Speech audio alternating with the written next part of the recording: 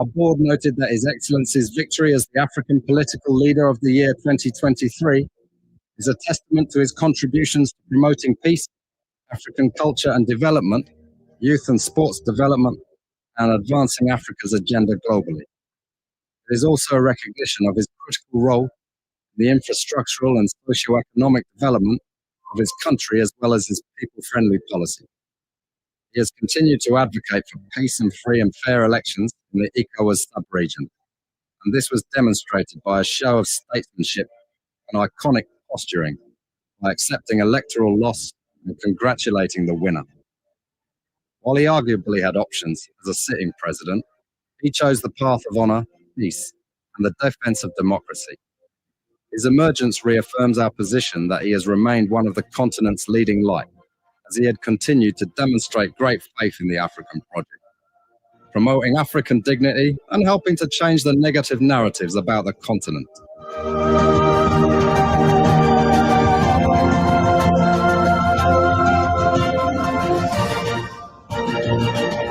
Before we could become journalists today, we are citizens.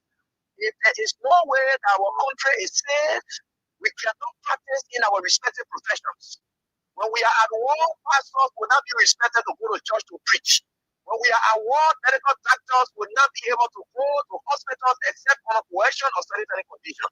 When we are at war, lawyers will not be able to go to court to practice. That's why when you see these things happening, whether you are a lawyer, whether you are working a profession, you got to step down and protect your country so that that country will provide an avenue for you to be the kind of person that you want to be. And that's where we are now. What happened yesterday was wrong. It's still wrong, and no matter what it is wrong. We are seeing things happening in this country, and people are now seeing it as being right because their star is there. And these are things that we got to be stand up to be a patriot. You have to stand first on the side of the law, because the politicians will go away. The regime will pass away, but your country will stay. The law will stay. Your patriotism vow will continue to stay on. And these are things that we got to stand up for. It doesn't matter how people feel, what kind of side you want to be on. We just got to speak to the truth, and that is very much important. As we draw closer to July 17th protest date, today makes it 10 days from that date.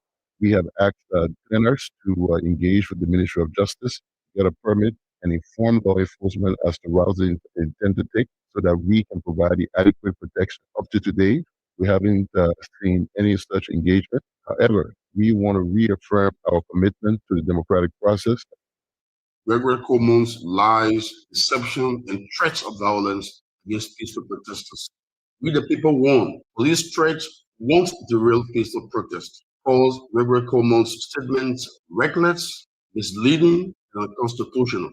Liberia's foremost civil society movement, STAND, or Solidarity and Trust for a New Day, categorically condemns the dangerous and misleading statement made by Inspector General Gregory Coleman. His unfounded warnings, issued under the pretense of security, represent a thinly veiled attempt to disrupt the constitutionally allowed or protected Enough is Enough protest scheduled to be held on July 17, 2025. From the beginning of this process, now only today, from the onset, we have built a prosecution that will now point a one finger behind a one person. We must make sure that the investigation is very thorough, very, very thorough, to the extent that when we say you are the doer of the act, there should be nothing else. What we have done is that we are going to go after people who are suspected to be the committer of any offense to make sure that the evidence is cogent, conclusive, and the evidence will meet all the quality of tests of evidence. And so we brought these people to court. We are not pretending about it. Evidence are overwhelming, and those who collected the evidence, those are trained, tested, and well-informed people in the criminal justice system. They have made no mistake, and you will see it from now on. Did you hear the press conference of Gregory Coleman, the IG? He did say that this is a highly political case, did he not? So you don't take the partisan's word for it, you take the IG's word for it. He decided to bring this case based on a basket of evidence of innuendos, lies, and misstatement. And in the next few weeks, as we go through the preliminary hearing, we will deconstruct those lies and be able to put together a defense that is worthy of what we've done. It's a place for human beings. Unfortunately, that's the best the state can offer for Liberian citizens. It's unfortunate, but they are no better than me. As long as we're in a political battle, it's a political win. The judge ascribed unto himself an authority that he doesn't have. When specific provisions of the Constitution are raised as subject matter of discussion in a trial, a court of limited jurisdiction, specifically a trial court, does not have the authority to interpret the Constitution. That authority is ascribed to the full bench of the Honorable Supreme Court. So today, the judge had indeed agreed that the former officials of government are immune from any criminal prosecution or judicial inquiry for acts committed or acts carried out while serving as members and statutory members of the National Security Council and principal advisors and agents of the presidency. That immunity of the president that extends to the advisors of the president and the agent, that immunity can never be subjected to judicial review in a court of law. The courts shall refrain from conducting inquiry on the basis that any attempt will compromise national security. In fact, it's on the other way around. Why we should be protecting the protection of national secrecy, I see the government proceeding to expose national security operations, especially about expenditure during elections to keep this country safe from threats. Before we could become journalists today, we are citizens. If there is no way that our country is safe, we cannot practice in our respective professions. When we are at war, pastors will not be respected to go to church to preach. When we are at war, medical doctors will not be able to go to hospitals except on a coercion or sanitary condition. When we are at war, lawyers will not be able to go to court to practice. That's why when you see these things happening, whether you are a lawyer, whether you are working a profession, you got to step down and protect your country so that that country will provide an avenue for you to be the kind of person that you want to be. And that's where we are now. What happened on yesterday was wrong. It's still wrong. And no matter what it is wrong. We are seeing things happening in this country, and people are now seeing it as being right because the Asa is there. And these are things that we got to be stand up. To be a patriot, you have to stand first on the side of the law, because the politicians will go away. The regime will pass away, but your country will stay. The law will stay.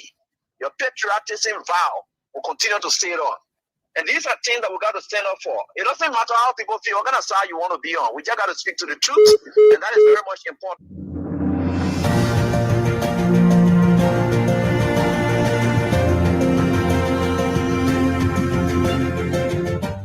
His Excellency, George Weah, President of Liberia. Our board noted that His Excellency's victory as the African Political Leader of the Year 2023 is a testament to his contributions to promoting peace, African culture and development, youth and sports development, and advancing Africa's agenda globally.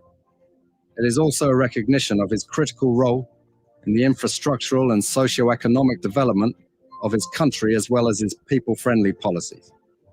He has continued to advocate for peace and free and fair elections in the ECOWAS sub-region, and this was demonstrated by a show of statesmanship and iconic posturing by accepting electoral loss and congratulating the winner. While he arguably had options as a sitting president, he chose the path of honor, peace, and the defense of democracy. His emergence reaffirms our position that he has remained one of the continent's leading light, as he had continued to demonstrate great faith in the African project, promoting African dignity and helping to change the negative narratives about the continent.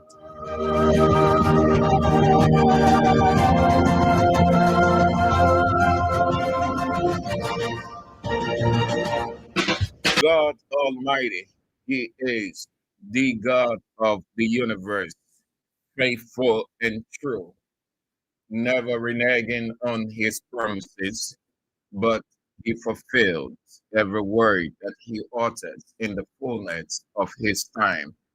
And our benefit, what the Holy God He is.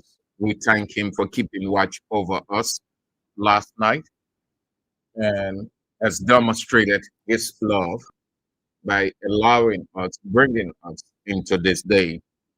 Another day to not only exalt his name, but to speak truth to power, irrespective of the condition, the people, the place, no matter how, anybody feels. But the truth must be told because ultimately that's what everybody is on earth for. You got the responsibility to make your home society better, outside better, wherever.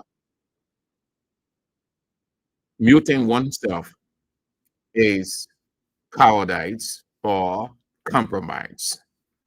So we are into another day. We are grateful to God Almighty.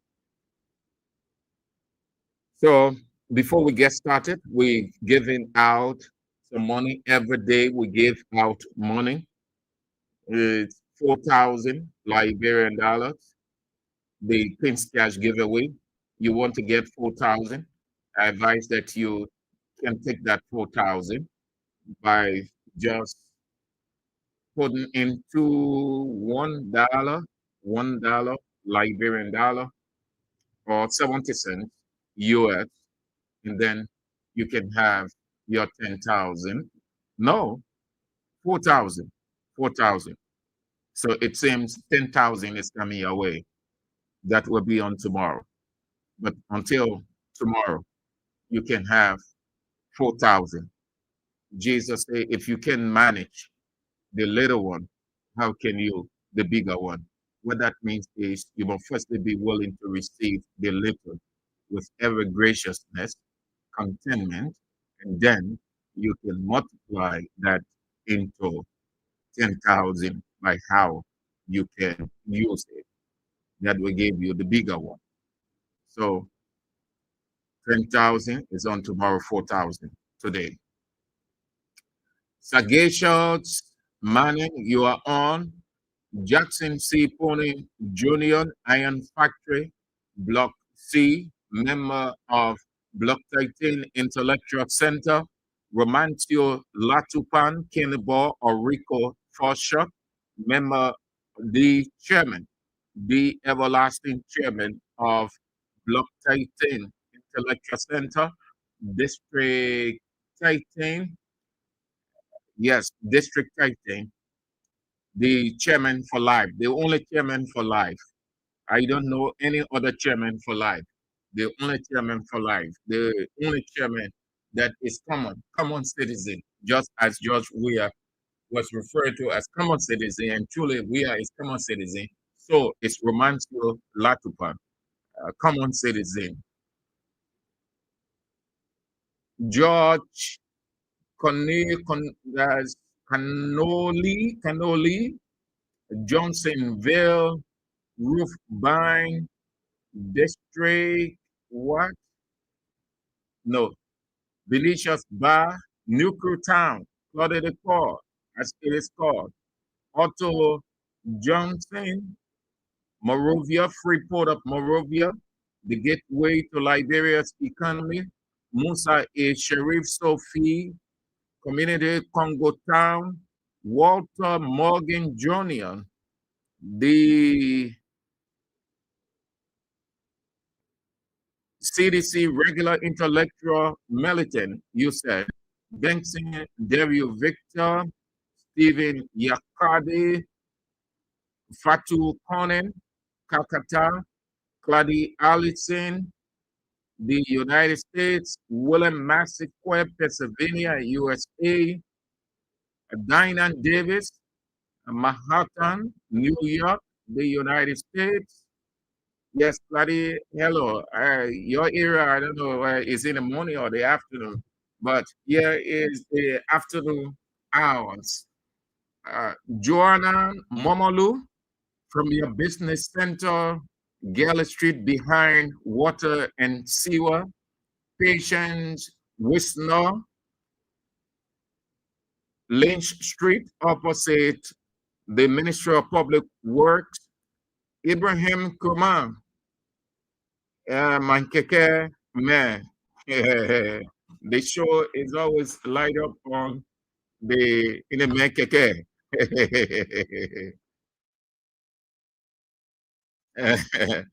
Abraham Nkrumah, and interestingly, the man is a Barcelona fan. I'm a fan. Yeah, Abraham Nkrumah, that's good. Good to have you on the show. You always listening to the show in your KK. You never cut off or switch off Kings 88.5. It's on from morning to night, night to morning, from Sunday to Sunday. That's good. Abraham Nkrumah, as you manage your business by running your KK. Keep it up, keep safe, guard against the police, and treat your customer well. Talk to your passengers well.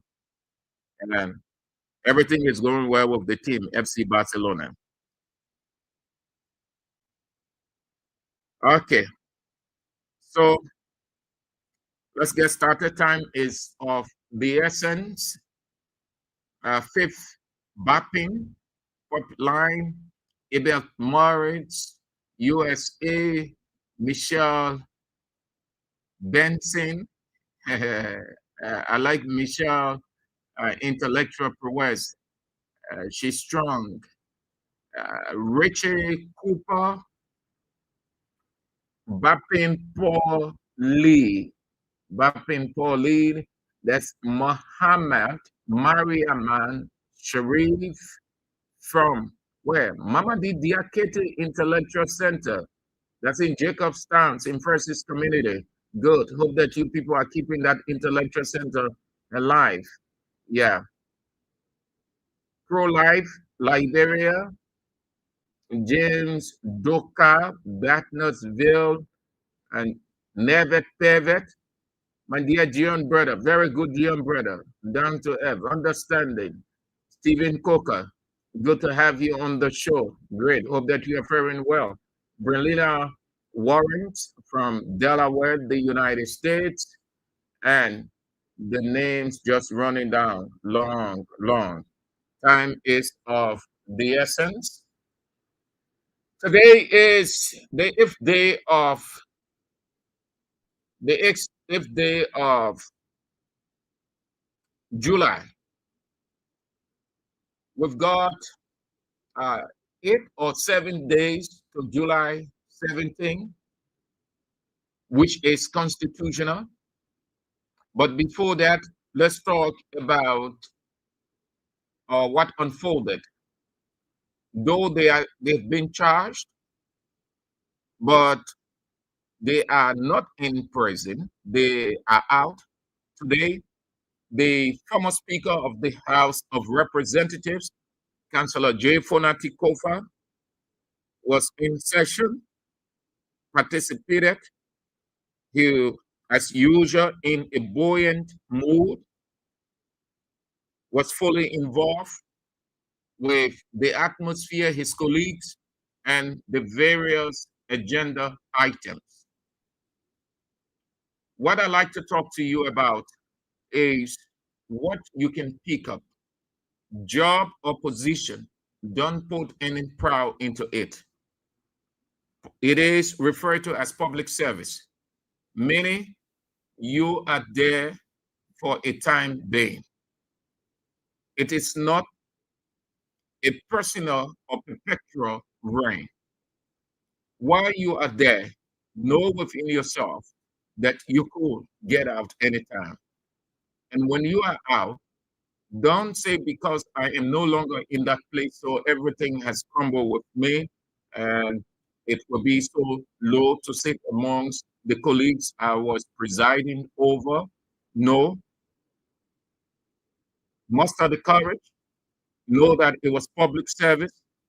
It was a temporary position. Nothing is guaranteed on earth perpetually. And then you move to do as you were elected or appointed or requested to do. And you do it with pride, with relaxedness, with upbeat spirit. I like the position of the speaker, the former speaker. That's good.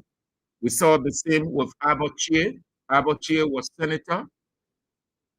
Abochie today sits in his seat representing his country. It took nothing from him, the speaker, and other people.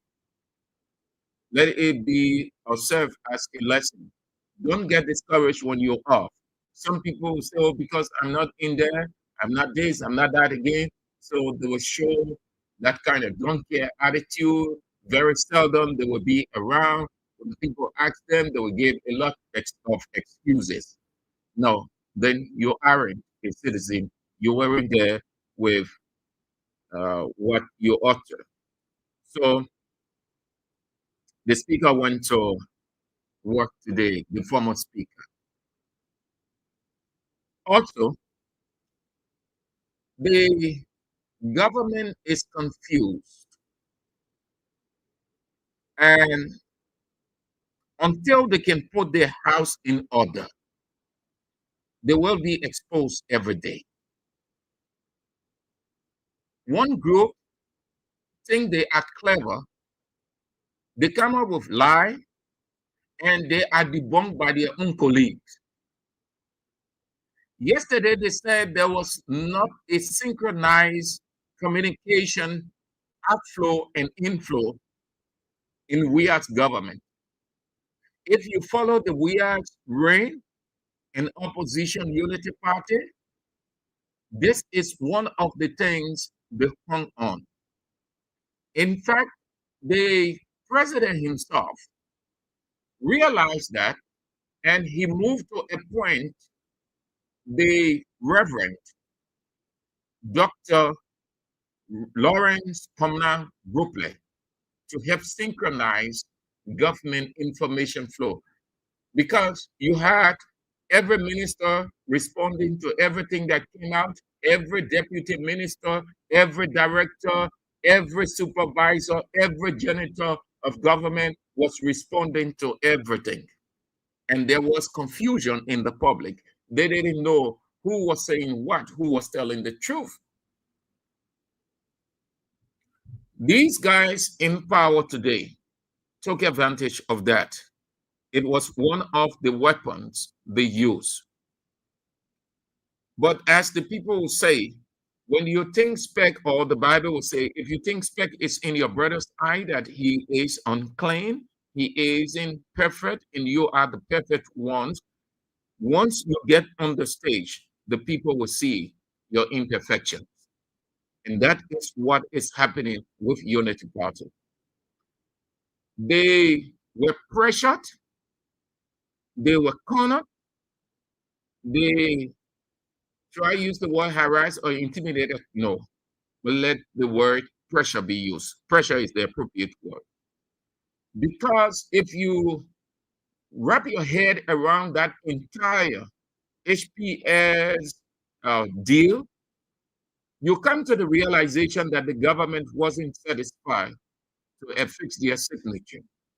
Things just, they needed certain things to be done. They needed time, but they did not realize that time was not in their favor.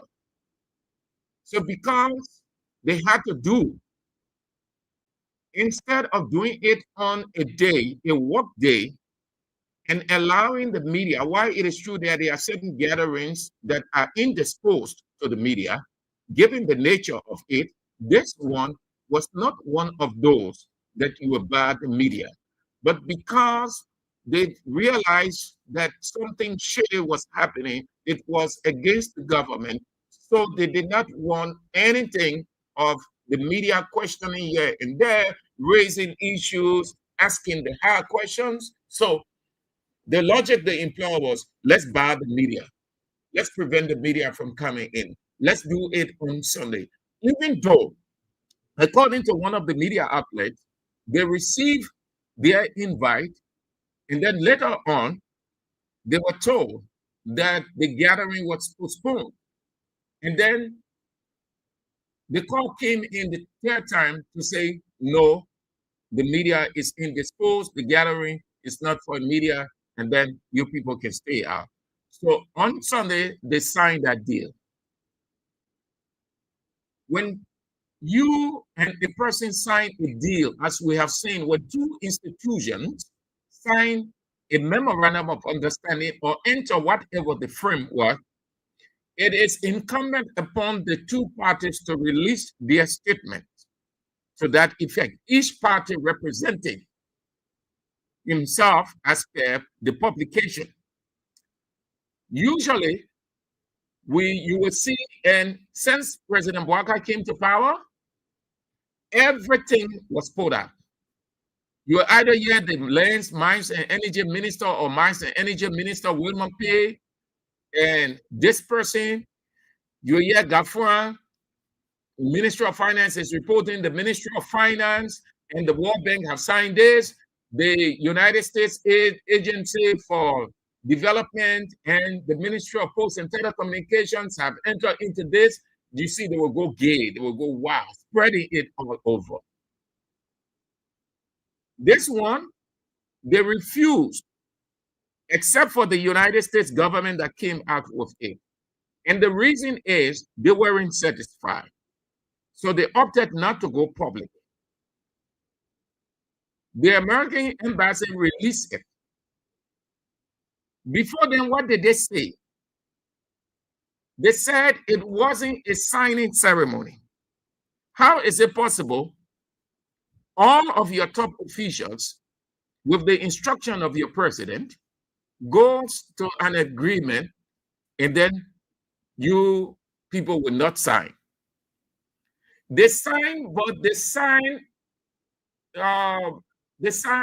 reluctantly. So when it came out, they refused to put anything to the public. As usual, they would give detail. This time around, they stopped short of saying anything. They left it open. You didn't see or read anything from them on social media. Certainly not. You didn't, or we didn't. Everything they kept quiet until the U.S. embassy came out to say we welcome the signing ceremony with our company and the Liberian government. Still then, some officials said nothing happened. The Mines and Energy Minister came out to say there was nothing signed. The government did not sign anything. You see, the same disorganization they talk about in we as government, you see the same inadequacy within their communication. One minister saying there wasn't any signature or nobody signed. Another minister comes out to say, no, the government signed. What the American embassy came out with is true. If Walker was somebody serious, he would dismiss William Pay. William Pay had to, and he was in that meeting. William Pay said there was nothing signed with HPX. No agreement signed. It was just mere discussion. The Minister of Information came out today to say what William Pay said is a blatant lie. We as a government signed. We as a government signed. He did confirm that today. The Minister of Information, Jeremy Pia, he did confirm that he referred to it as monumental mineral agreement signed over the weekend and confirming the value monetarily 1.8 billion United States dollars. He went further to say that the agreement marks the formal signing. The agreement marks the formal signing of a contract between the Republic of Liberia and HPX. He went further to say this deal will be submitted to the legislature for ratification. Isn't it the same thing? This organization, everybody wants to show up in this government. Lands, Mines and Energy Minister or Mines and Energy Minister say no deal was signed. information minister comes out and say, no, come on, it is not your responsibility to give information to the public. It is my responsibility, it's my job. Please allow me to do my job. No usurpation of function. We sign, we affix our signature, and the information is out. All those who sign on that document, their name, it is out. So the Mines and Energy Minister, Wilman Pay, and other people have to be careful. We know how the whole thing went, and we know how it is going to be on tomorrow, the meeting with Trump. We know why Trump called you people, the information coming out. We know the disagreement, the dissatisfaction amongst some of you ministers, but you dare look in Bwaka's face and tell him this is it, this is that, because you will be dismissed. So the government did confirm, yeah, that yes, what the American embassy put up, we can confirm. And the monetary value is $1.8 billion. Dismissing Wilman Pay claim of government did not sign anything. Just stop this organization or start stooping so low, reducing yourselves. Leave it with the Minister of Information. Everybody wants to talk the same old thing from Charlie Quintan still going. Yet when they're in opposition, they will complain, this is wrong. We can't do that. When we come to power, the information system or information flow will change. Ironically, the same thing you see happening. What a shame. That will be doing it for that. So it's out, and we are waiting for the meeting. We are waiting for that meeting, the outcome of that meeting. It will be telecast, it will be broadcast live, and everybody will watch, except by the itinerary, they will do a closed door meeting. But I know that the briefing will be public, and we will understand, we will listen to our president. But I know he is the least of all of those guys in terms of global politics. He is the least.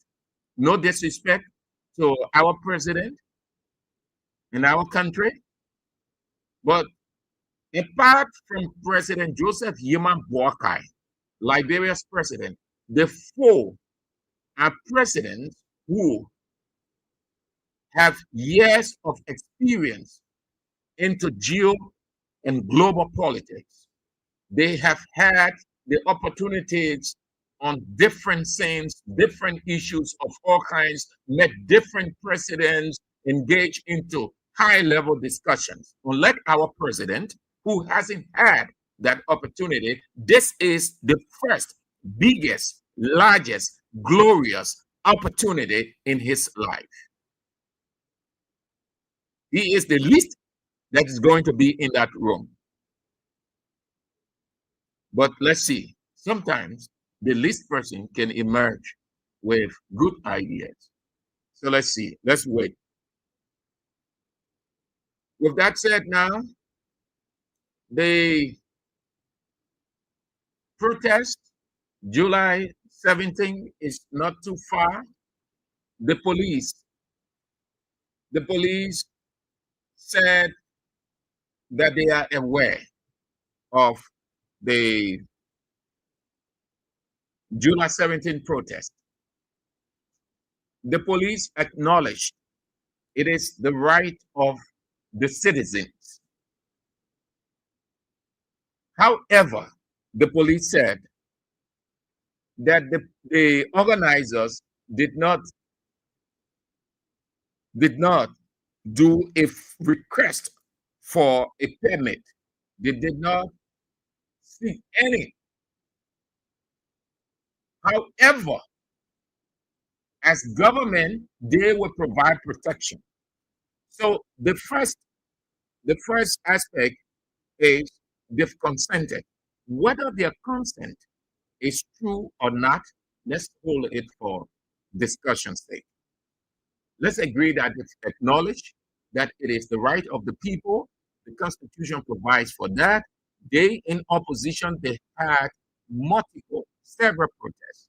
And let me say to you, you will not add added fuel to this protest when you're just talking.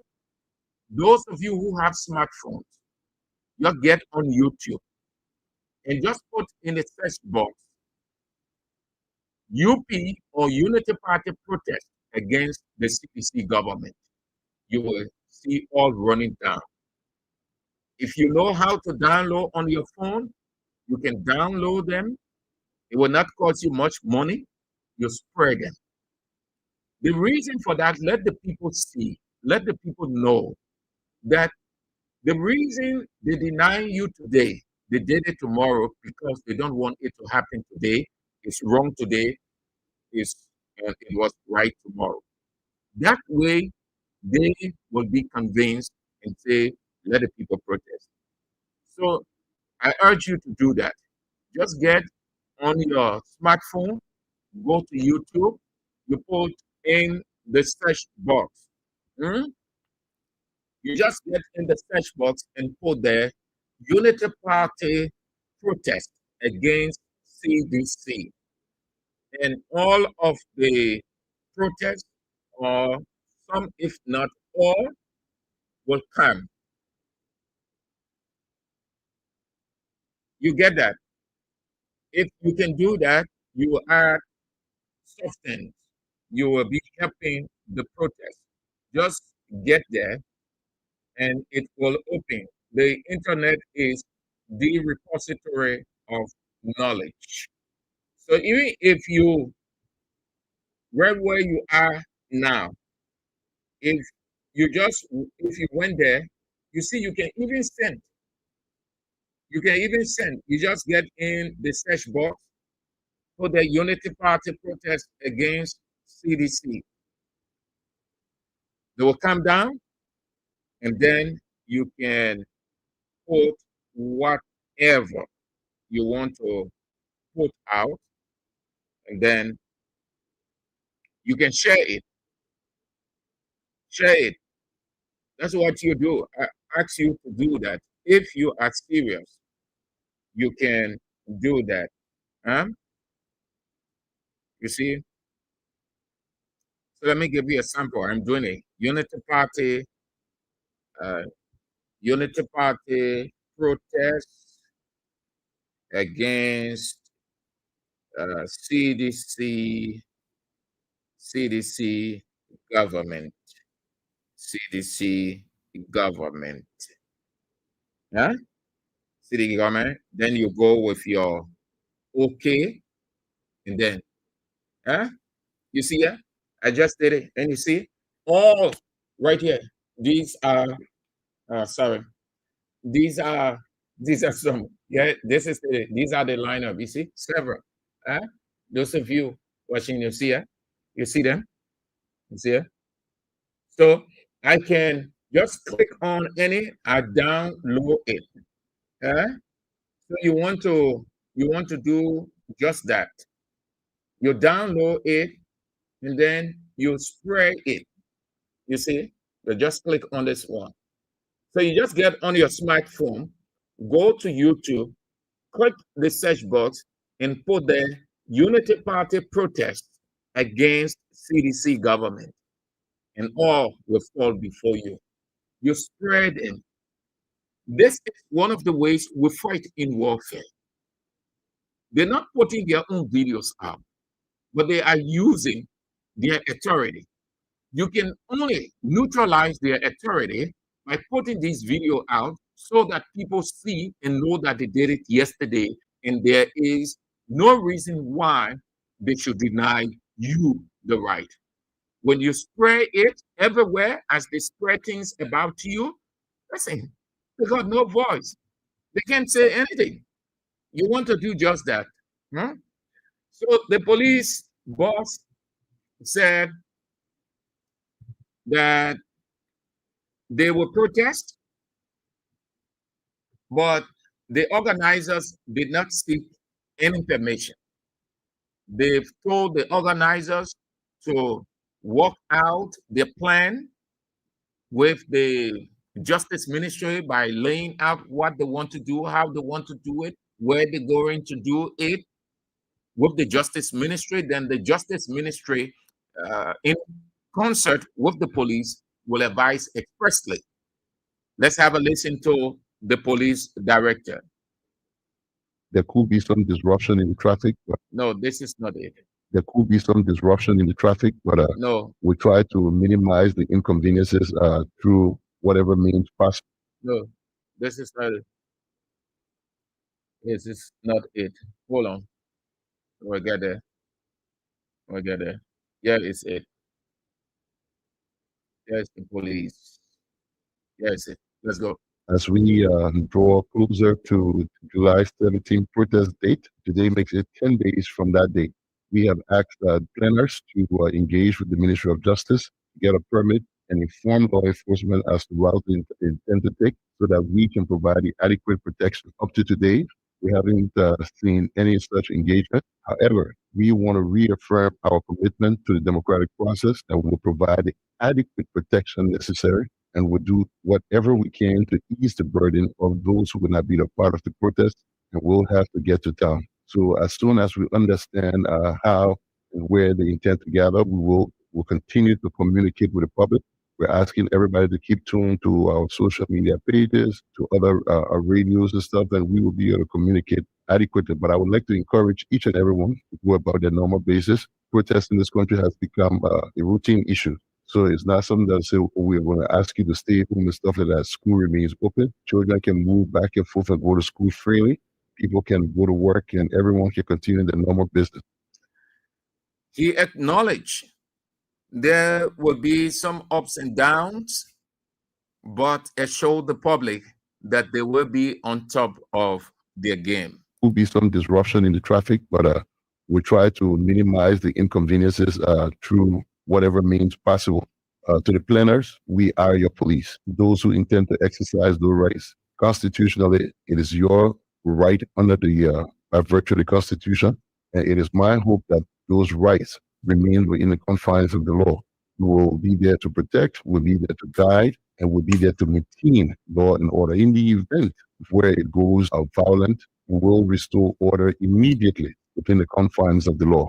I want to admonish the general public that the Liberian National Police is a guardian, not a warrior, and we will do everything within our power to protect the Liberian people. I want you to listen. At this point, why would the police director arrive at using or talking about guns, infiltration? Is he or did he and his people plan something? Those who are planning the protest, it is my hope that you have spoken to those who are going to be involved and ask them to remain peaceful and do not vandalize people's property, because anything that goes wrong, you, the planners, will be held responsible. I just hope you understand the responsibility that comes along with it and make sure that you're able to guide the process properly.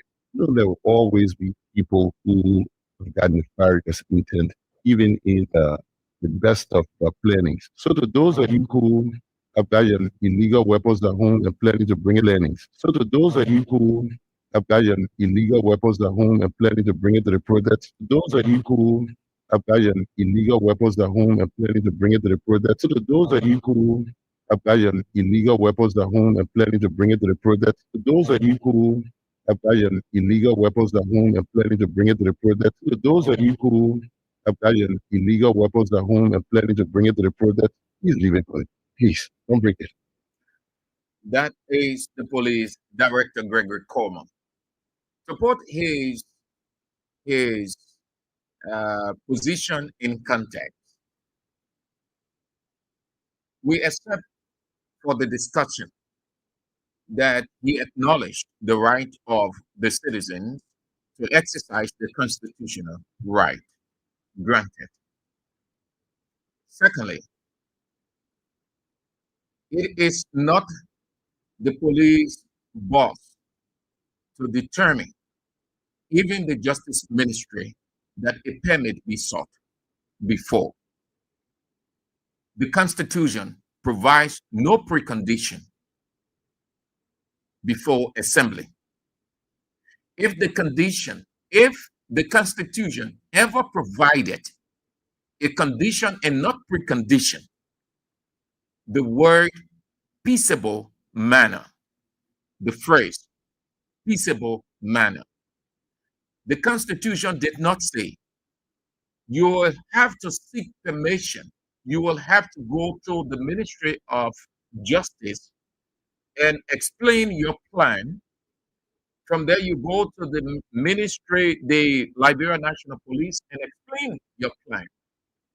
The Constitution, Article 17, said every citizen has the right to assemble, to petition their legislators, their government in a peaceable manner. What that means also, the government is under obligation to protect its citizens as well as every other person within that perimeter or within the country. You wouldn't see the expression of the call to the state, but it implies in Article 17 who controls the state, who's responsible for state laws, security, and other things, who's responsible to protect the citizens, the state. And that's what the police director acknowledged. So it doesn't say in any way, neither did it set precondition that you have to do this. The decision is on to the protesters to determine how the protest will go. And as I said yesterday, protest simply means a statement. I show you a couple of lines. You can Google protest. Just get on your smartphone the same way and just put there protest. They will give you everything. You will see statement. That's what protest is. But because they will not want you to get out, they will give you a wrong interpretation that protest is violent.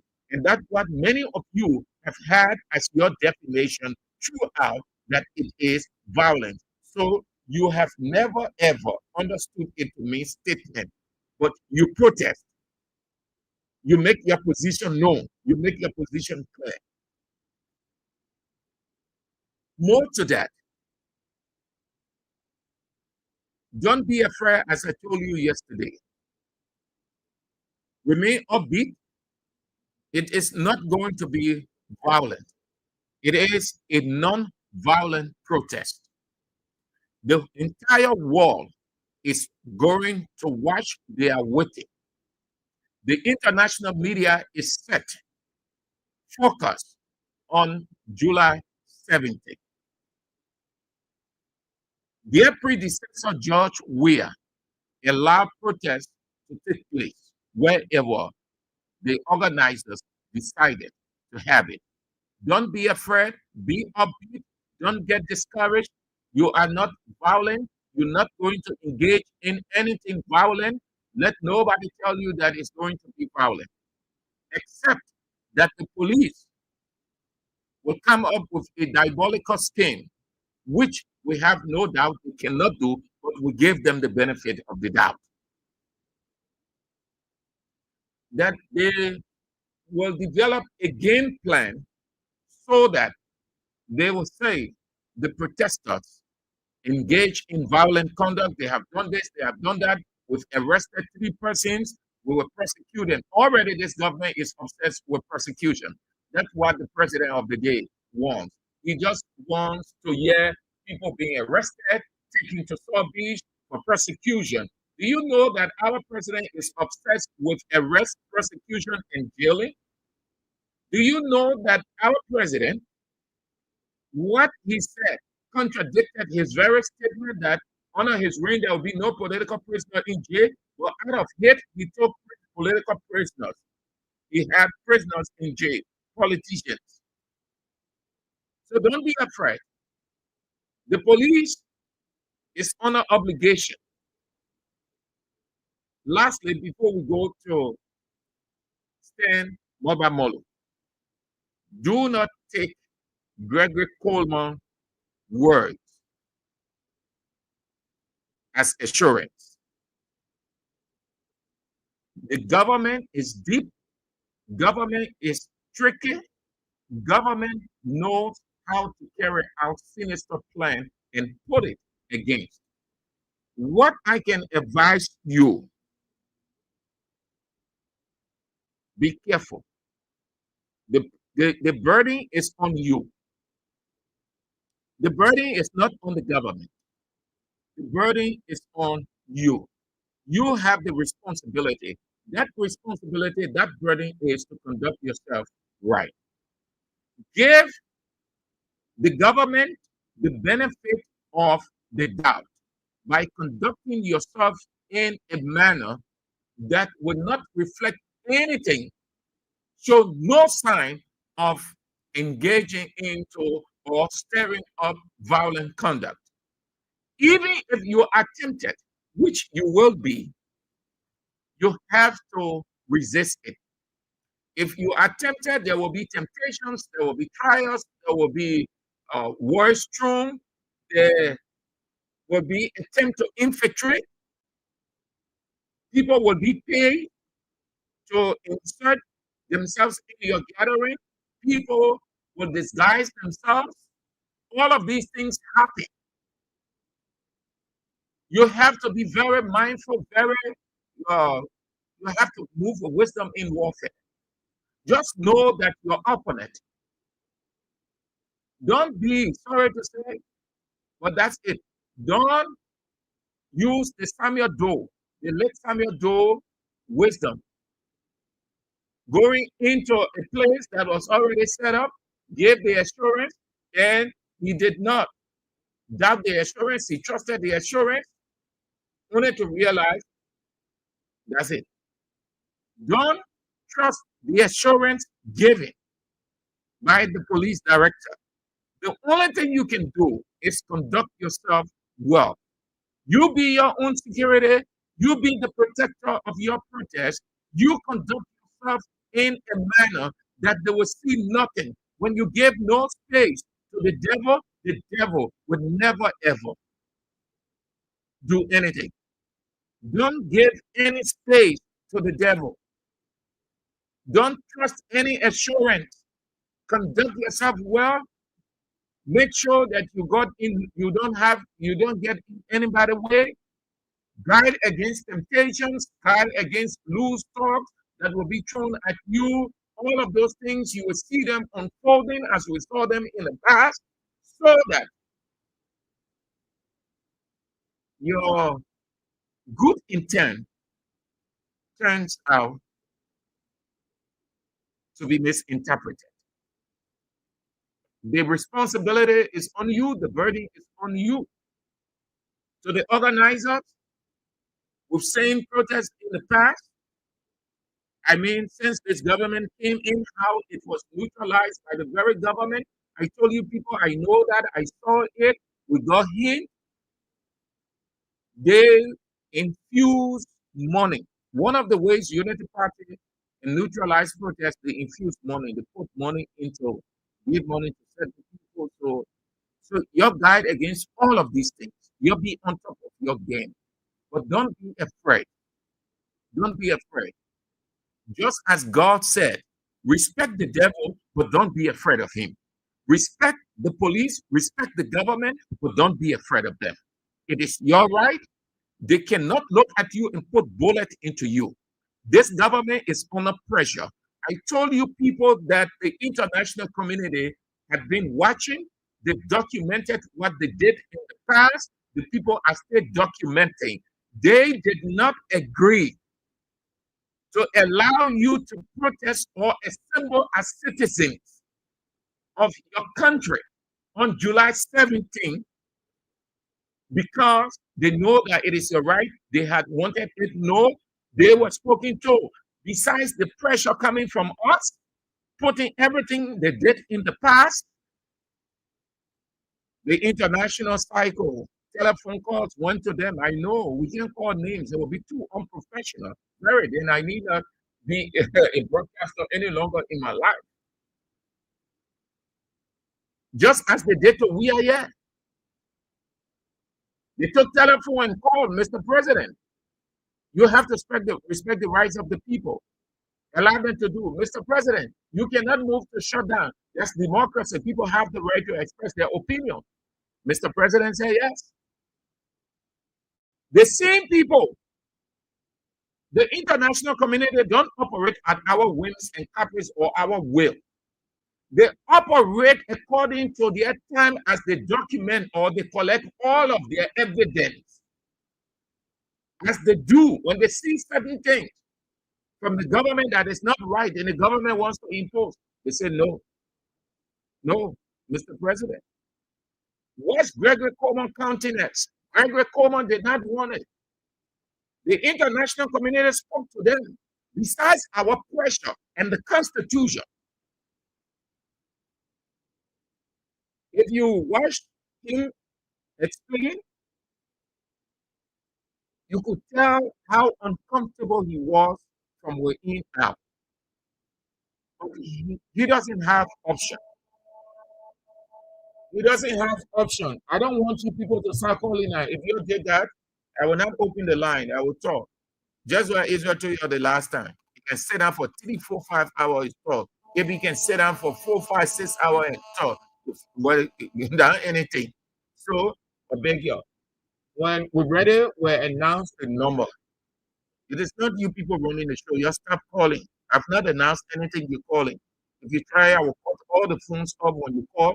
Will only bounce in your ear at 5:30 and off. Then what will be your effort? Wait. When the time comes, you will have the right to have your say. Let's go to Moba Molo, chairman of STEN, Solidarity and Trust for New Day. He dismissed the police director claim that they have not sought anything from the Ministry of Justice, even though they were told. Molaba Molu made it clear in his reaction that the police director did not tell the truth, that they officially communicated,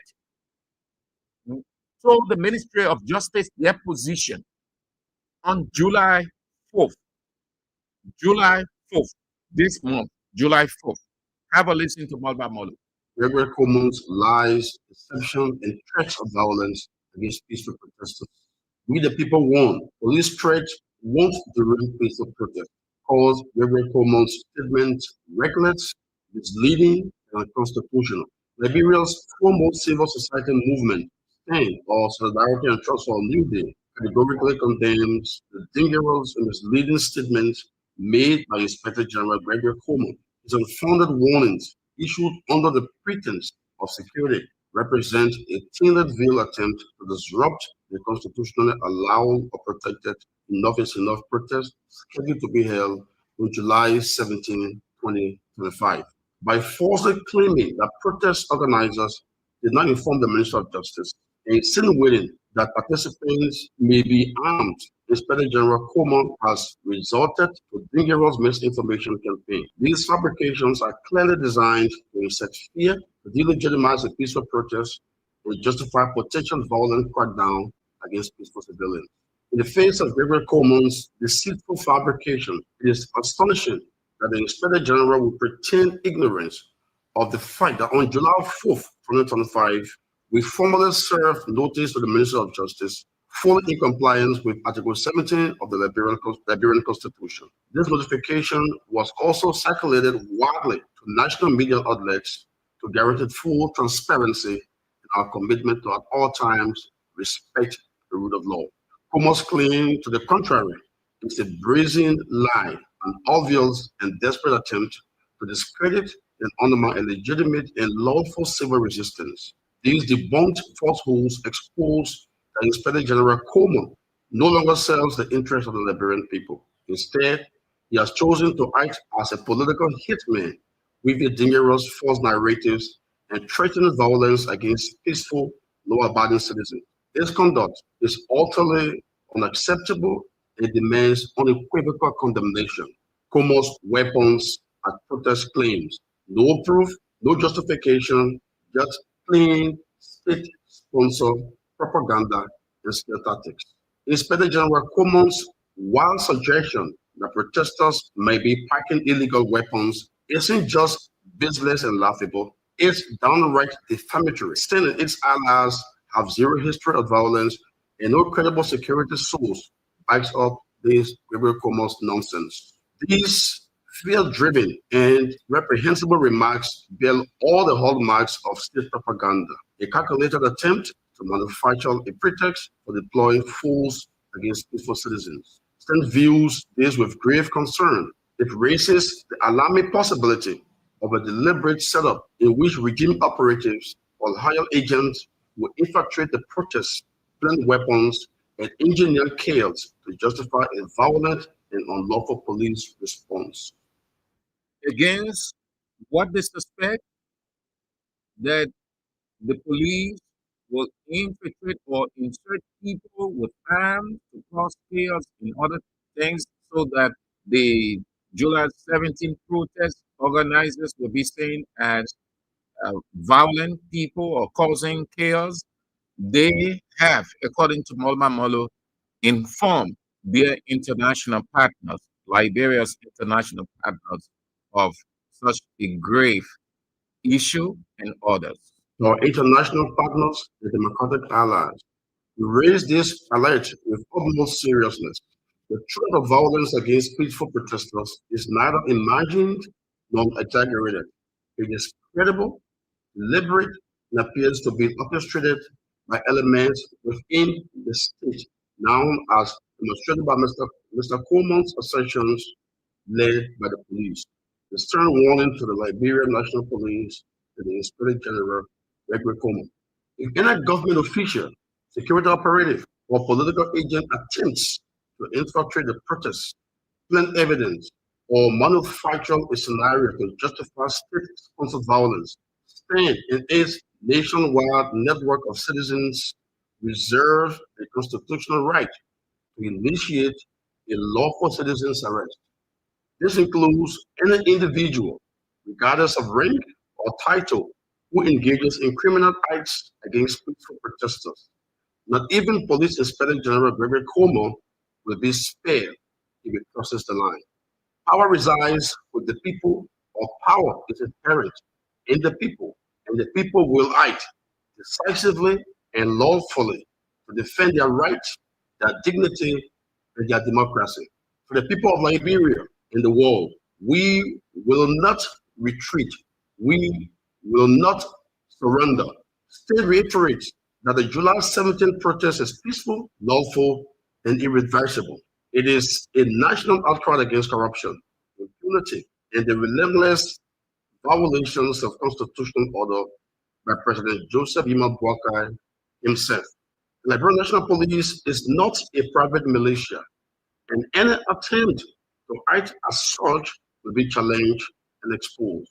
State remains peaceful at all times, but undaunted and unyielding in its mission to refuse to be intimidated by threats from public officials who have abandoned their duty to serve and protect.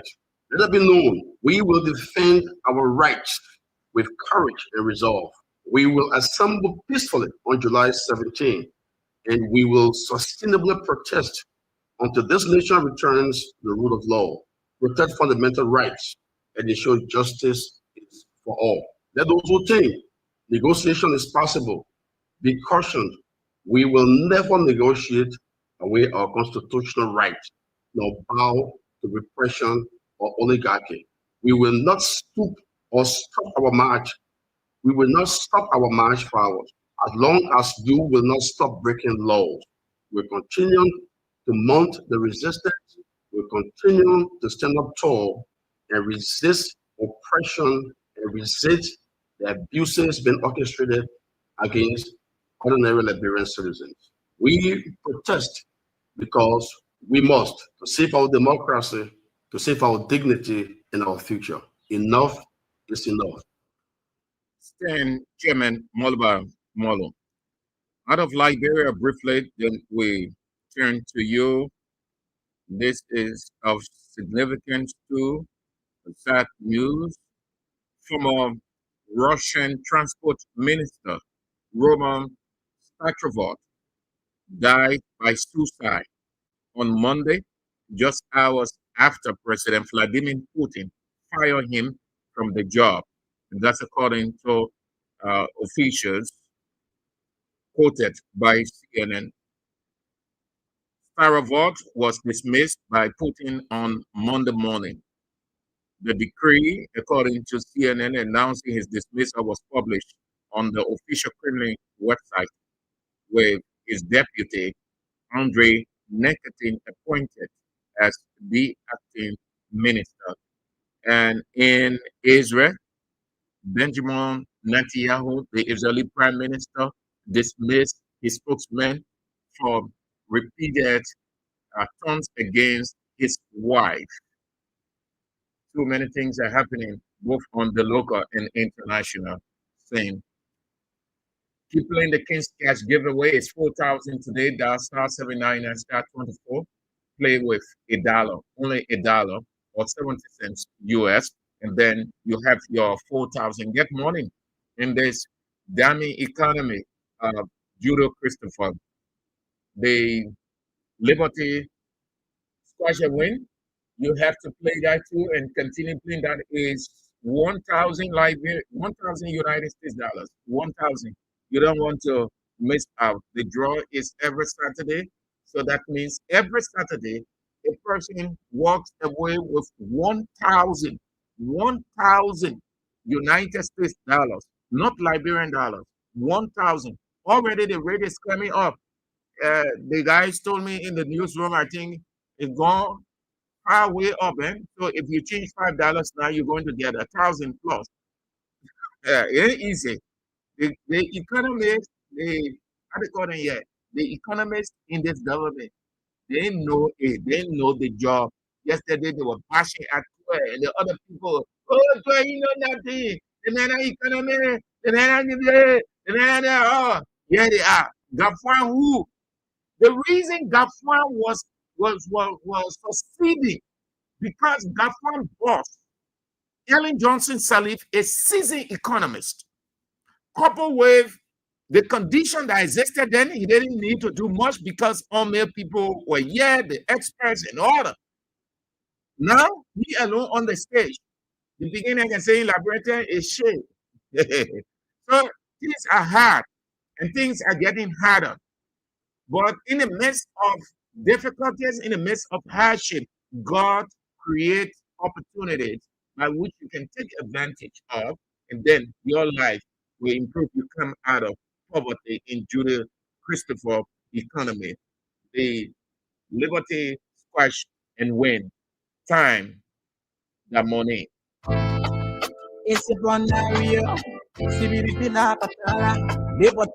ready for the Win Liberia Jackpot. It's happening every Monday to Friday with a big draw every Saturday at 11 p.m. Want to join? Just follow these steps. Dial star 255.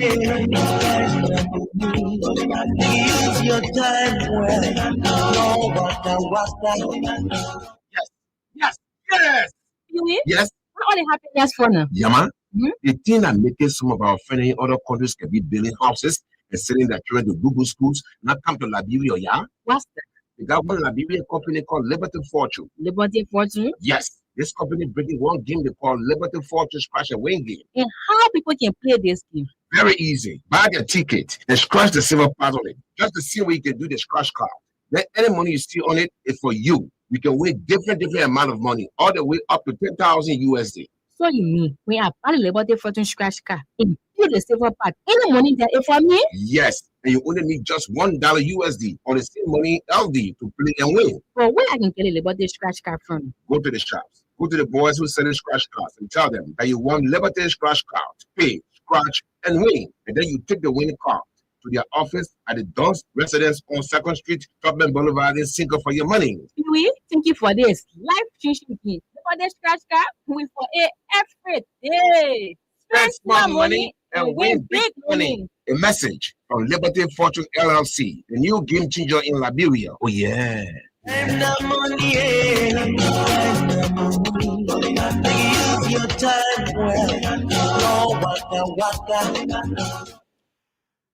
Matthew Philip writes, I thought that this useless justice minister say, he the man again. Why? Why he not? Because he received a phone call from DC. Paris Lobot said, Stan, yes, it's Stan, Stand, yeah. Please be your own security and watch out. The zombie IG Coleman will plant armed personnel among your midst to deal with seditions or actions. Actions. Okay. Yeah. It's up to them. And that's Jay Tuga said, my message to all Liberians is don't be afraid of this government. Nothing they can do. Go with your protest.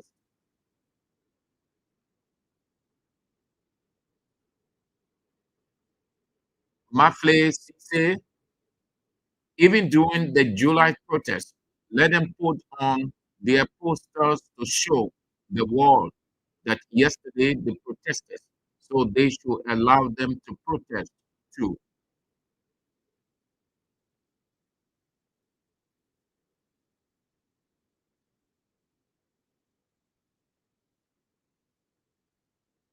And Matilda Stevens said they are taking President Weah projects and lying to the public.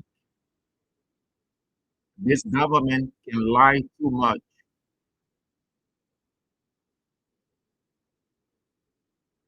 Okay, those are but few of the many comments. They just a reminder. King's support basket. You have the number. Let me see. Yes, I have the numbers there. Is it on the screen? It has to go there so that you see it instead of just reading it to you. You need to see it. You need to see it. So that's it. There. It's on the screen. 0555 885 885. The orange 0777 017 885 00555 885 885 0777 015 885. We need you. We need your support. Whatever you can, it will be appreciated. It will be a great job. This is nothing to the saying Liberian term equal with shame. No, even government can ask for money. And the very government, unity party government begging for money. They say they get project to they get money to undertake certain projects. So they're begging for money too. And anything that you need to be ashamed of, no. The normal thing, the whole world said God created the world. The very government, he said it, he said, but if you just sit down and you won't get it, you can't ask people, how will you get it? That expression that you see in the Bible, it says, ask anything you want, it says, ask him and you will receive it. It means that God, as you ask in God's name, and then he will be choking it down from heaven. No, he touches people. That's how he works. But you have to demonstrate it. Can I show you in Second Kings? He told the woman, he said, go to your neighbors, ask your neighbors for help. And then what happened? As she did, it multiplied. She got more than what she wanted. That's how God operates. No shame about it. So if you have a problem and you can solve it within your reach, you reach out to people. So we are reaching out to you. Help us as we help you. It is complementary. We are helping each other. We fetch the information, we analyze the information, we bring them to you. We take the risks Our life is on the line. You relax in your home, you enjoy your comfort, house, your drink, and you come on or you're listening.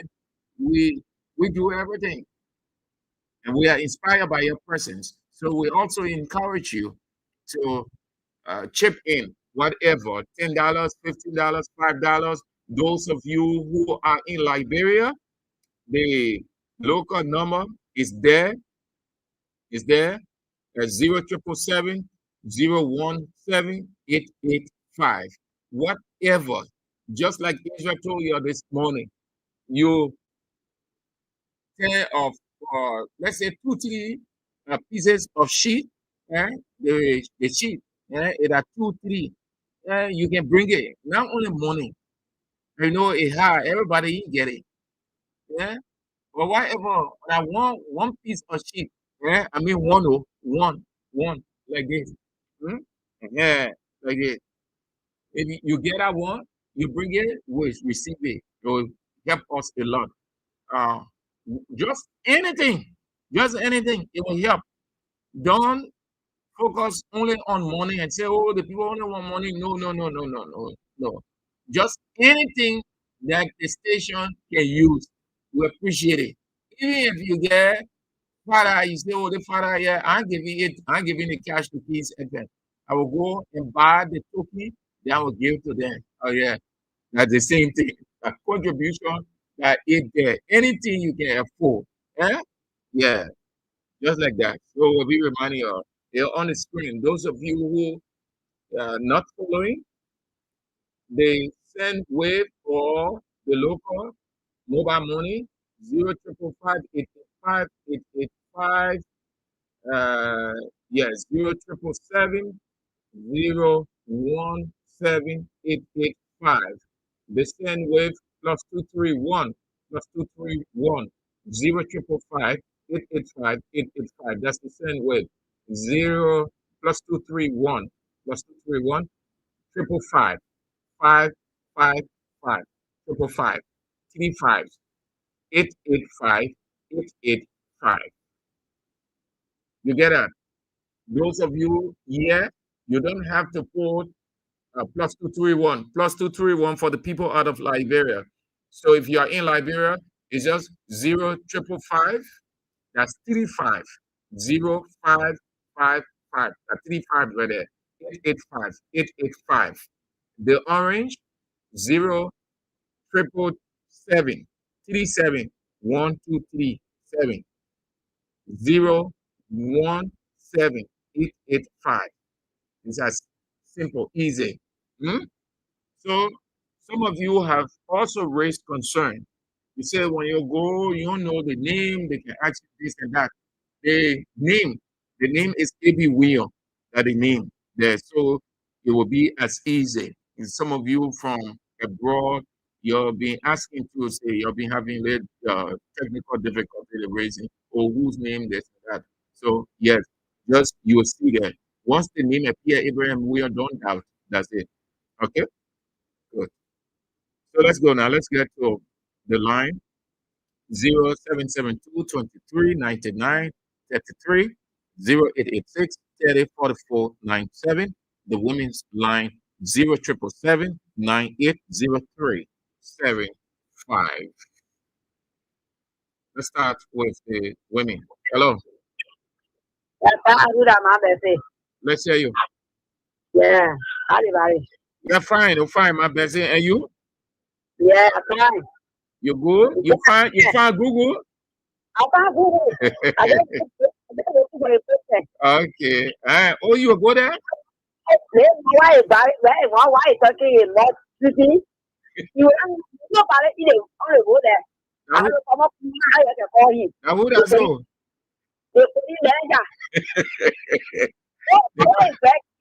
You call him Gregory Comer.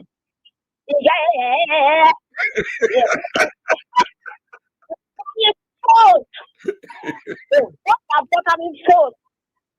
Il n'était pas dans la boue. Il dit c'est dans la boue. Alors, on va passer dans la boue. Dans la boue, c'est passer there. Pour come in, il faut power. We don't want to eat power. No, I want to put on the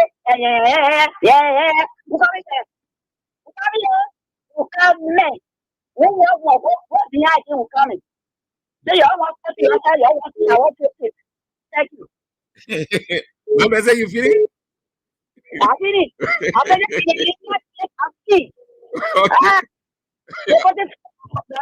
they said I need to off. Yeah.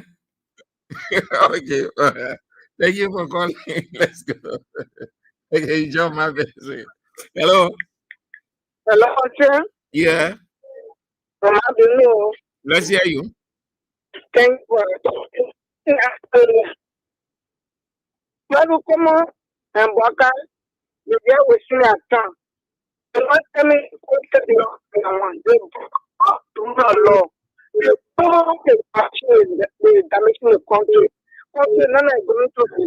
Oh, so free, none are in the country. No, but like we say, you say the population, what is saying? Say, everything is special. None are all table. Yes, I see what going into the hospital. They were used to have this past women used to get up and go help people that are going in the water and buy matter for them. But nobody go on air to say water killing them, water damaging and reaching to their place. Because you nobody to go help them. Then they say they want shaman for their rest. Then they say they will arm people are money. 17 will send it. No less will be there. On the 16 will go to the town. On the 17 will be setting. I will be celebrated. Right. I will be my where with my feet in my head. That's my school. Thank you. Okay. Hello. Yes. Then I do. Yeah, doctor. Yeah, doctor on the line. Thank you for the program, my brother. Oh, you get 2 doctorate degrees? I said doctor. So, Doctor, general. where you get a 1st doctorate degree in? For the degree, Yeah. for the country, I school for the country I want there too, that the African food. Okay. So any dish you want, you come for African food, I'll be paying for you. Okay, doc. Yeah, thank you so much. Doctor. Yeah.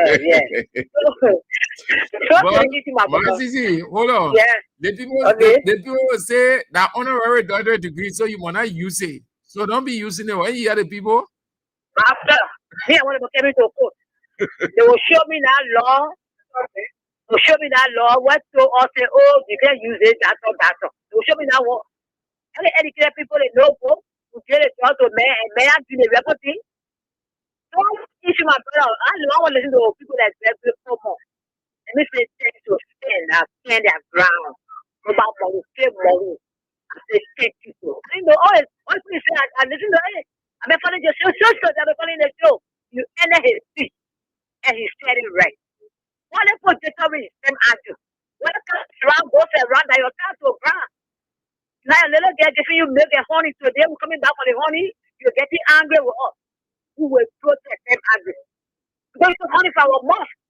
When you are breathing faster, my brother, you were here, and that time you were on the station, on the platform. People are announcing this. You brought faster because you said what people bought food and put it in their room.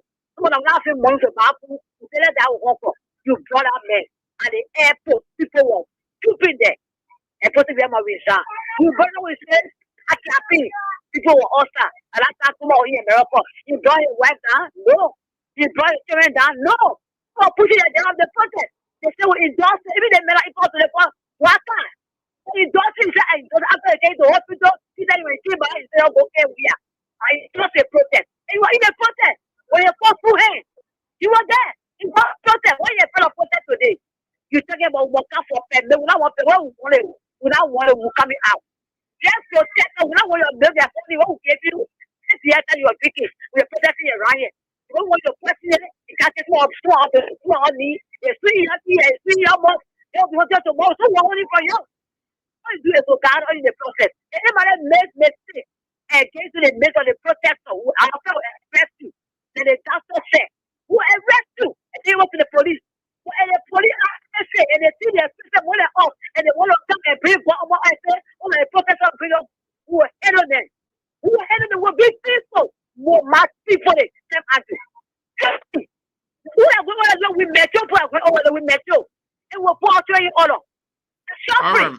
All You right, don't always do everything, not doing it. You want that more start protesting. That one I know. What you want is happy for president. We are and the way protesting for. all Oh, right, one Barbara, you are ungrateful human being. You are grateful, Barbara. I get okay. here for get that with you want job. You want a station for one time to No, get you job. all You right, want that for one get you job. guys. That will be in that protest. All right, thank Trust you. me, there will be no violence. This one will be there. All Thank right. you. Hello. Yeah, good afternoon. Yes. Yes, since this is the brother Sabu Rasta, aka Juicy Fanoko, Saya Pudia, Sabu Puk Debu. But Juicy Fanoko, Saya Pudia. Sam, quickly, let me say thank you to Moruati Moru. But let me say this Gregory, a woman, and Moru, a man. Gregory, you woman, but let me tell you, here. You're going to do that called fear, and it doesn't part of one life anymore. So if you feel that you can take it, or if you feel that you can play your men among us, to disturb our protest, to disturb our peaceful assembly, you're getting it wrong. You're getting it completely wrong. And let me tell you, we tire enough is enough. Enough is enough. That your rescue, please pack your rescue and your go. Thank you for having me. Thank you. We will come. Hello. Yeah, good evening, Emaju. Emaju. You are on the air. Everyone listening Well, to you. okay, my name is Mohammed Donald Fofana Jr.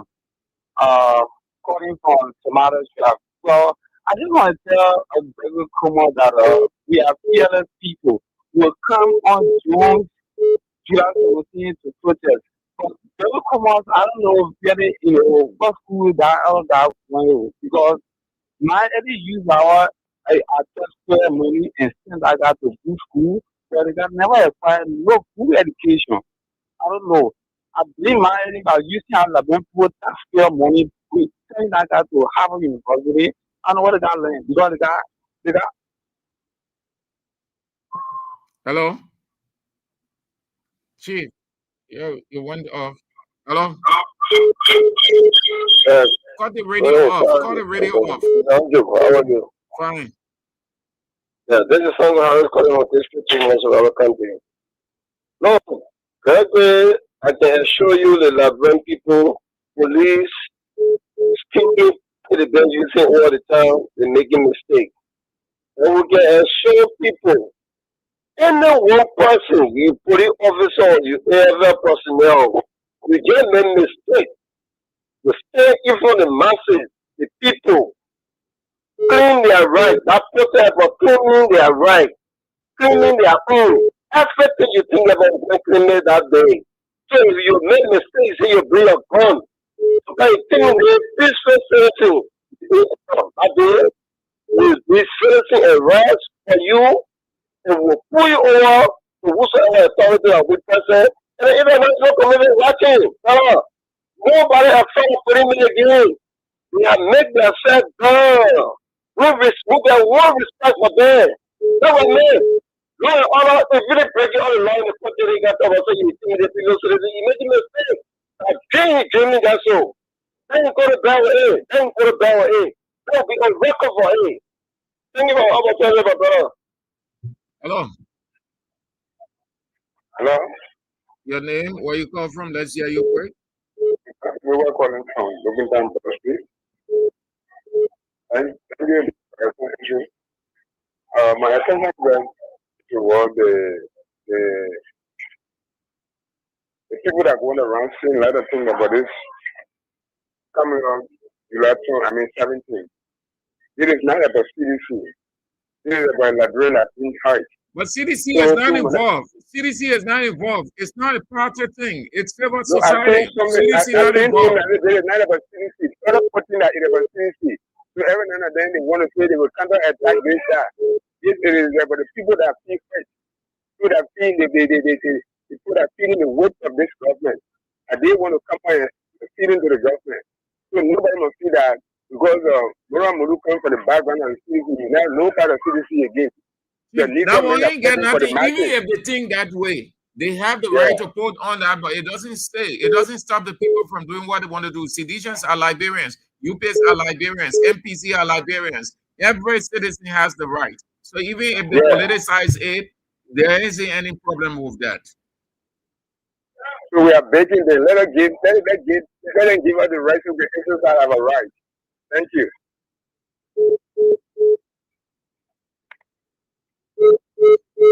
Okay. Thank you too. Hello. Hello, sir. Yeah. My Alex, according to this too. I agree on the part winning. Men are winning will protest. Hey, they will say what they say off our right. Thank you. Hello. Hello. Hello? Mr. Andrew. Yeah. Yeah. How do you do, my dear? Yeah, I'm good. I'm good. I'm doing good. This is What? PHS calling for the PhD community. Please listen to me, my brother. Yeah, but your Yeah, radio, but your radio, you either have to speak on up speaker. or the radio is loud. You getting me? Yeah. Okay, Tim. Thank you for the topic. You know what I'm going to tell you, Tim? Comes next week by His grace. We are going on our street or our street and our protest, and no one is going to stop us. So I can want the chairman has spoken. We listen to the chairman because I listen to the speech from Molu. So we going for our protest, and nobody can stop us. They see when we share them with food. They come to the executive mansion. We will do the thing. So protest, they should know that protest supposed to be accepted in any democratic country. So they should get the quiet. The same way we prepare food for them. They eat, they join water, they come to the executive mansion. Like they were selling cocoa, their women, their wives, their girlfriends, they carry past to the executive mansion to cook cocoa, and they sit in Gorito too. So come July 17th, we will be in the street, and that 3 days will not give up. And that topic can tell us what we need our own constitution right in the country that they play with.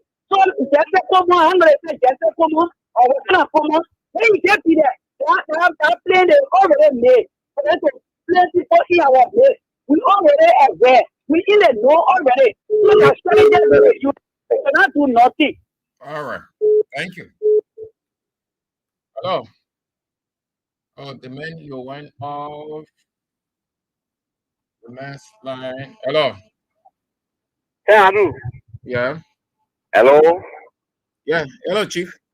I'm waiting Sabato, calling for Jakarta Riha. Sabato. Yes. Hey, Andrew. Yes, sir. I have nothing to give. But I'm giving a matter call. Now we all serving.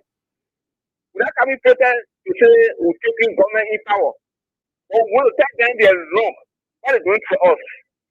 Now people say Baka was going to be better. But Baka is damaging the whole country. No, no say. So we're going to tell them that what they're doing will not change. Then we show them themselves. The first protest will go tell them that they will change. But the second protest are coming that it will take them in power. But nothing is doing for Labia people. We are just suffering. Continuous suffering. So this way, all we are seeing is St. Andrew, that God bless you. They always make us to meet our day fun. We say thank you. We praise you. In Jesus' name.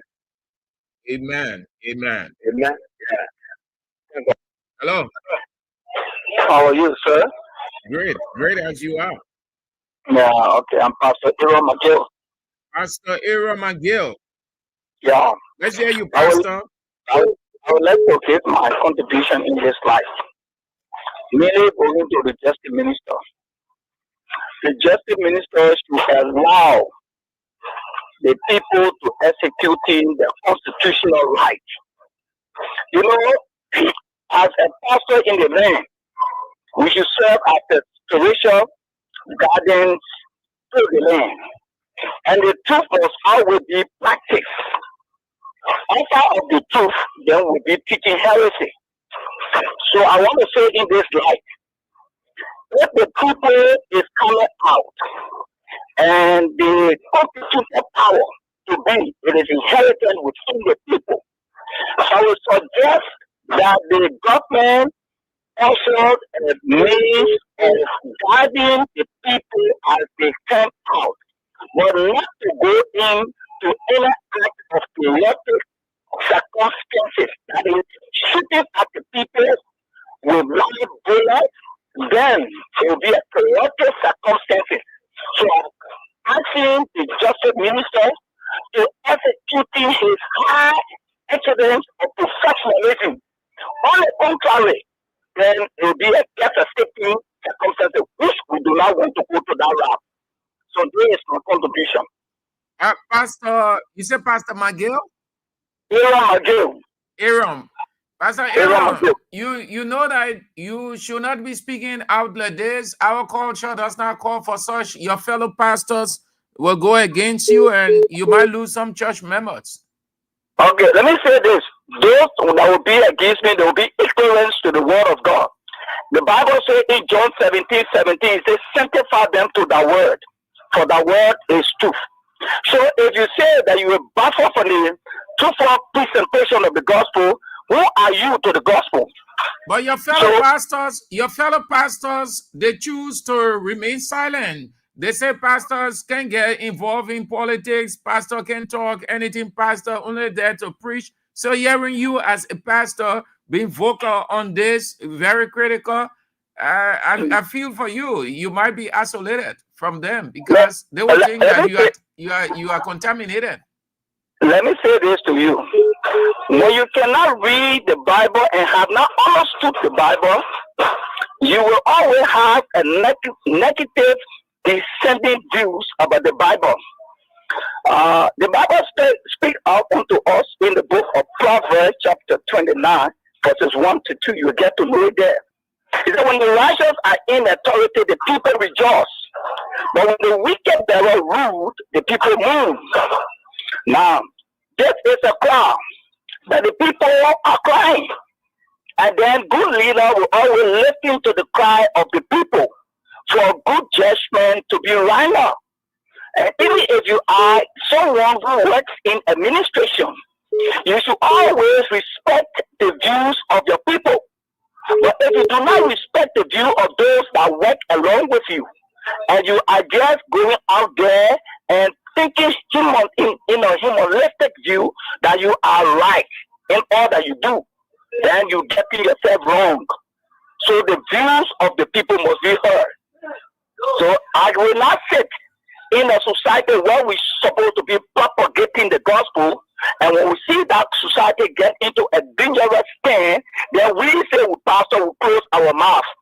Then we are. You know, those are some of the questions will be coming to us. So we must tell the people the truth while we are alive.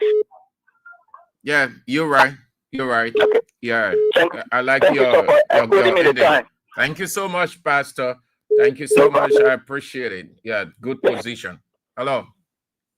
Yeah, Samanju. Yeah. Yeah, this is Mohammed Donzo Fufana Jr. Well, I was on the line, my phone went off. Well, Samanju, I want to appreciate the pastor that just left the line.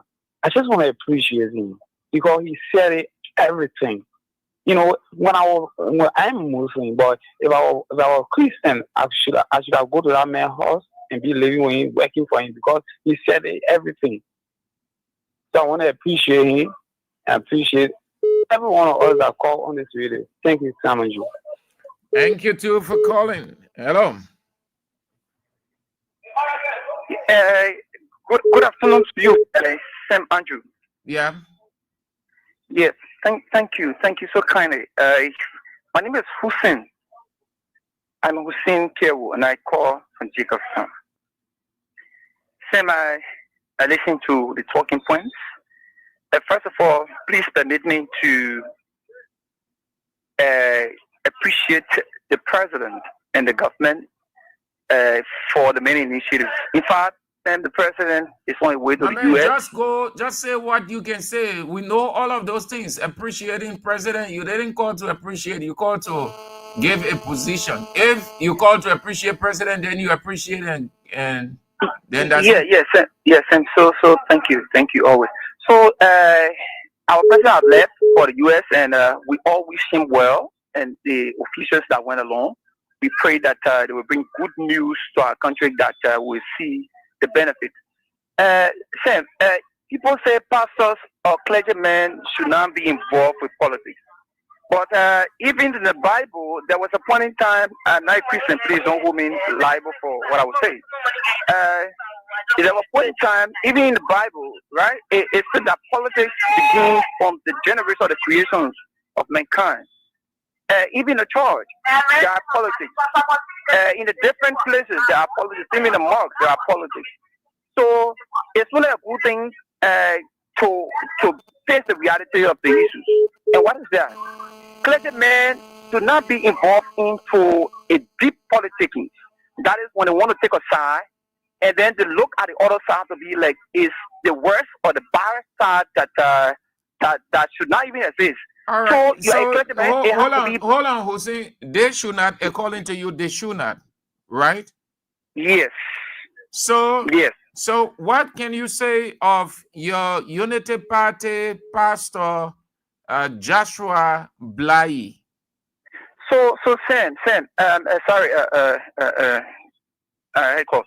brother, I don't. What can you say? What can you say of your Unity Party pastor, Joshua Blai? I don't want to call the world name because he said he repented now. What can you say of him?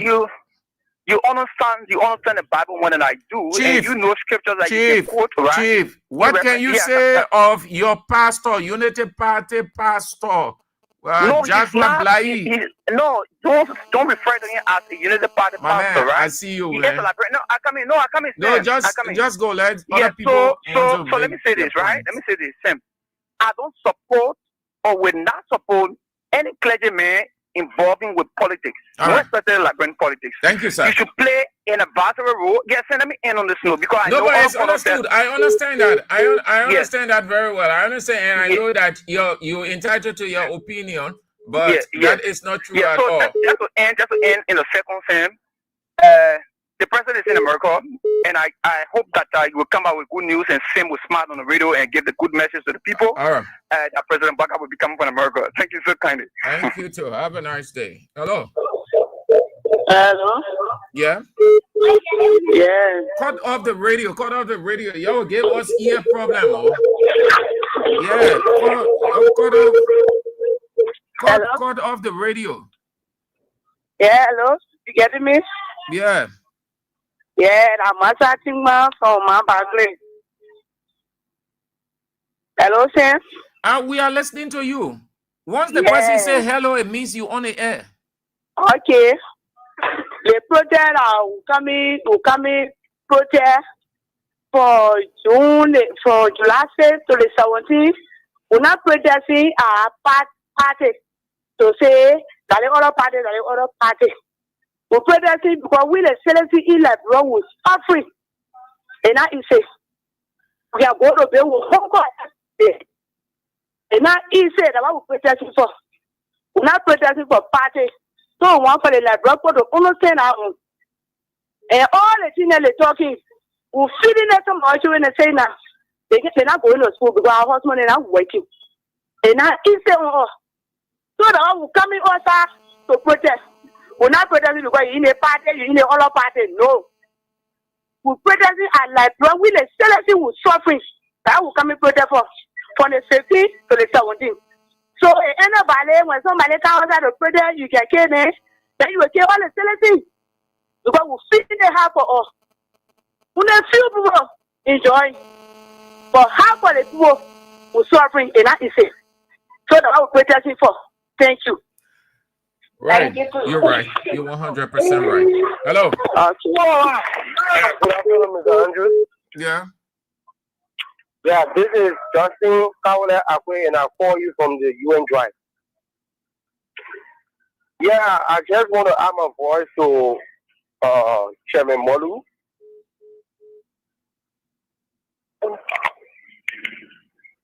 Yeah, by saying they should organize brief message or team that will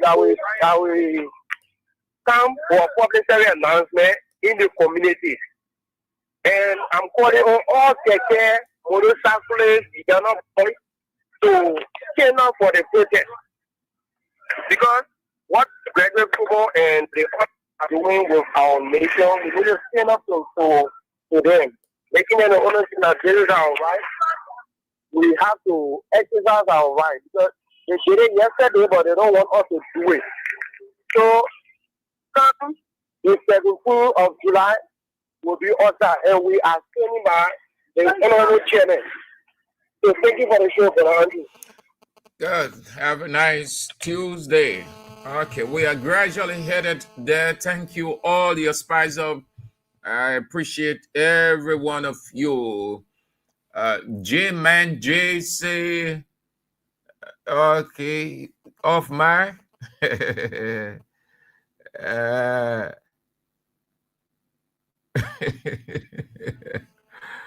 Okay, yeah. So you're right, but Nikki, I don't like to call that name. He said he repented, a changed person, and so we say Meton Bly, but we attempted to go back to the past, the name calling. When you bring the past into the present, then you put the people mind back. When you repent of something, you don't show any warlike attitude as you were.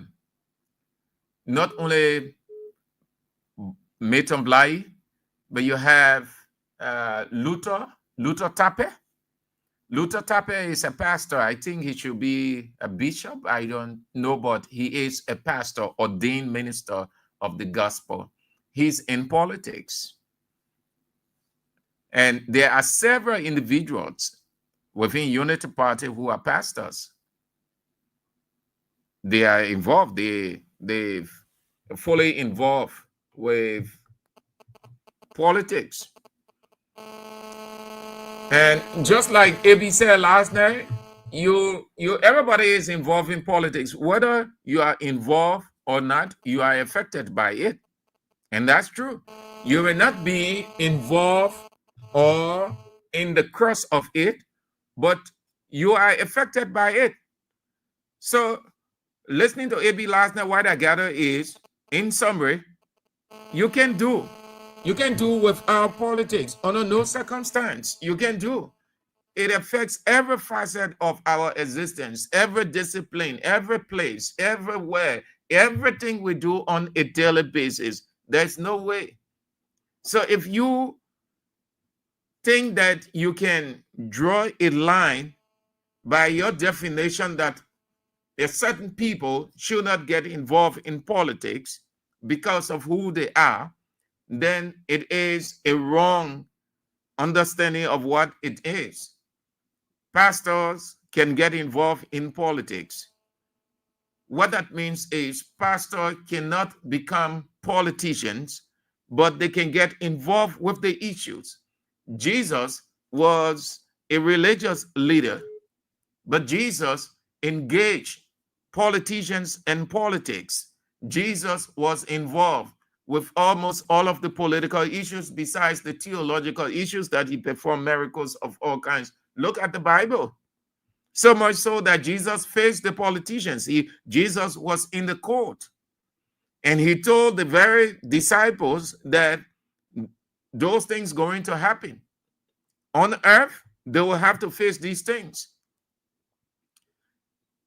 But here is it. Once you are within the ruling establishment, you are good. When you are not within the ruling establishment, you aren't good.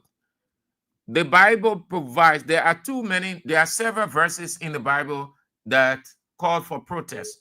The Bible gives us several lines of protest, of presenting petition, of expressing grievances. The Bible is clear. Take your smartphone, just go there, ask for protest. The verses will come down. People protested before Pontius Pilate, when Jesus was on trial. What was that? That was a democratic protest. They protested. They presented their petition. They say, give us Barnabas, release Barnabas, prosecute this man. This is our petition to you. This is our request. What did Pontius Pilate say from a democratic standpoint? Pontius Pilate said, let the will of the people prevail. By the expression, I wash my hands and I have nothing to say because there is no claim I have against this innocent man, but that is not the issue. And my emphasis is on the protest. They gathered in their thousands and they told Pontius Pilate, give us Barnabas, prosecute this man, put this man on trial. He respected the rights of the people. He allowed the will of the people to prevail. He allowed the Constitution to prevail. He allowed fundamental rights to prevail. That was a democratic thing. So he said, let it be.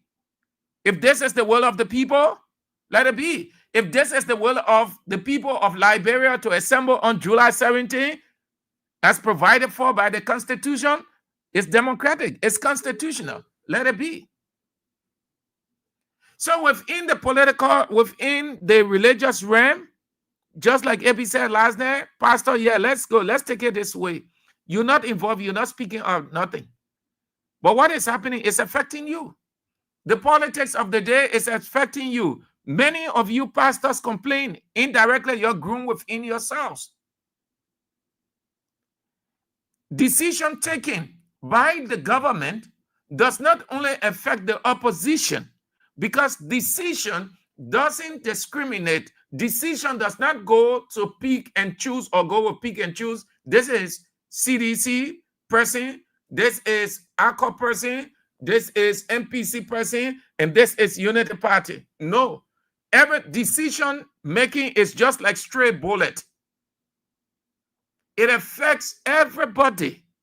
That is why everybody is concerned about the kind of decision that the government makes, because they know that it affects them directly as well as indirectly. Or if it doesn't affect them directly, it will affect them indirectly. Simple as that. So the pastor was right. I like the latter part of his position. There is no way they say that you should get involved, you should go. The same people. There's no way it says the pastor should run for elected office, but the pastor can engage the decisions, the policy of the day.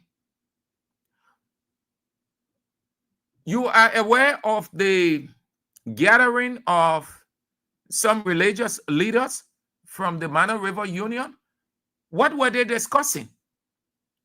Their issue was politics. They were talking taxation and other issues, cross-border trade, taxation, and several issues. Those pastors from the Mano River Union, they were discussing. What was that? It was politics. They were not preaching gospel. They were not talking anything theological. They were not singing praises. They were not reading Bible verses. They gathered to discuss issues of vital national and regional concerns. And they are leaders of their respective congregations or churches.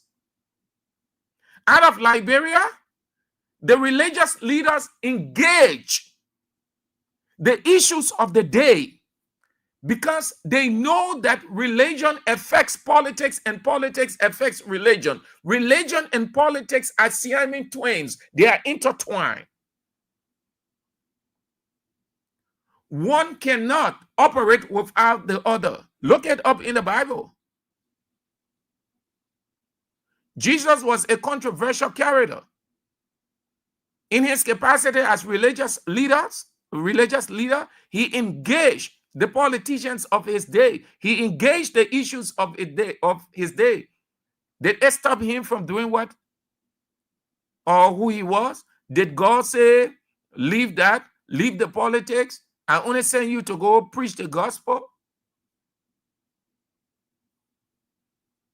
The only reason that people say, oh, because the religious leader, they can't talk in there, they can't talk in there, is because they don't know. They don't know. Not at all. It's not wrong at all. There's no wrong in there. Pastors can speak out. If the pastor cannot speak out when things are happening, when will they speak out? And it's not cowardice, because cowardice is bravery to some extent. It's just compromise. It's compromise. When you see the wrongs unfolding and you choose not to say anything and you know that is wrong, and you say you are a religious leader, it is not your business to talk in it, then you have betrayed the very God. You have betrayed your very Father. Then you're not living according to the example. Look at Paul. Look at Amos. Look at Jeremiah. Look at Moses. Look at Joshua. Look at all those people. Read their life story. Read their ministry life. And see whether it was exclusively or purely or only religious. They spoke against the injustices of their day. Besides speaking against sin, they spoke against bad rule, tyrannical rule. Some of you pastors listening to me, you people are adept with the Bible. You know what I'm saying is true. But when you on the other side, they see you as a bad person. So what will you say? May Joshua Blai or Metan Blai should not be doing what he often does. He can speak out against anything, but rather chose to be militant unnecessarily. You can protect a president. That's what the people were doing to Weah.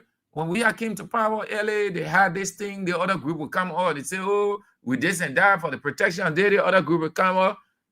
We said, no, that was wrong. You can protect a president.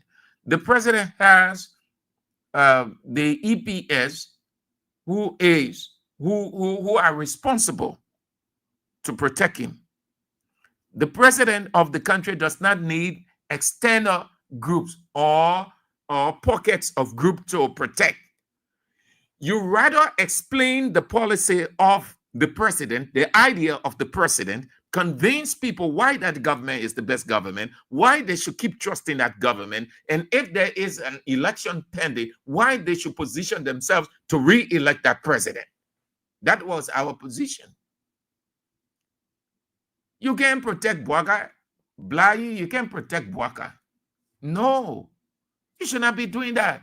The other pastor sitting over there, he enjoying his cuts from Freeport and all other pastors. But they will condemn the other people, the pastors who are in the opposition. Even God takes side. Even God, you don't be afraid. Those of you who don't support, you people are pastors, but you don't support this government. There is no wrong with that. I should provide you that education. But before then, let's have this break. Gregory Coleman's lies, deception, and threats of violence against peaceful protesters. We the people won. Police threats won't derail peaceful protest. Calls Gregory Coleman's statements reckless, misleading, and unconstitutional. Liberia's foremost civil society movement, STAND, or Solidarity and Trust for a New Day, categorically condemns the dangerous and misleading statements made by Inspector General Gregory Coleman. His unfounded warnings issued under the pretense of security, represent a thinly veiled attempt to disrupt the constitutionally allowed or protected Enough is Enough protest scheduled to be held on July 17, 2025.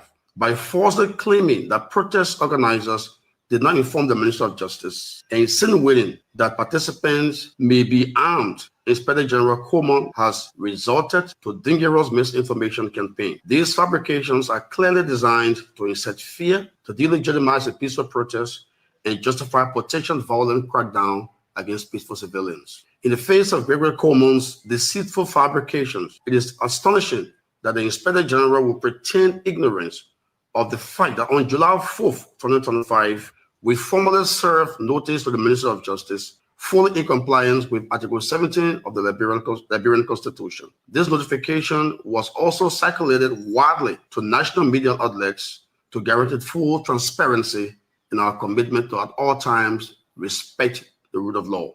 Como's claim to the contrary is a brazen lie, an obvious and desperate attempt to discredit and undermine a legitimate and lawful civil resistance. These debunked falsehoods expose that Inspector General Coleman no longer serves the interests of the Liberian people. Instead, he has chosen to act as a political hitman with dangerous false narratives and threatening violence against peaceful, law-abiding citizens. This conduct is utterly unacceptable and demands unequivocal condemnation.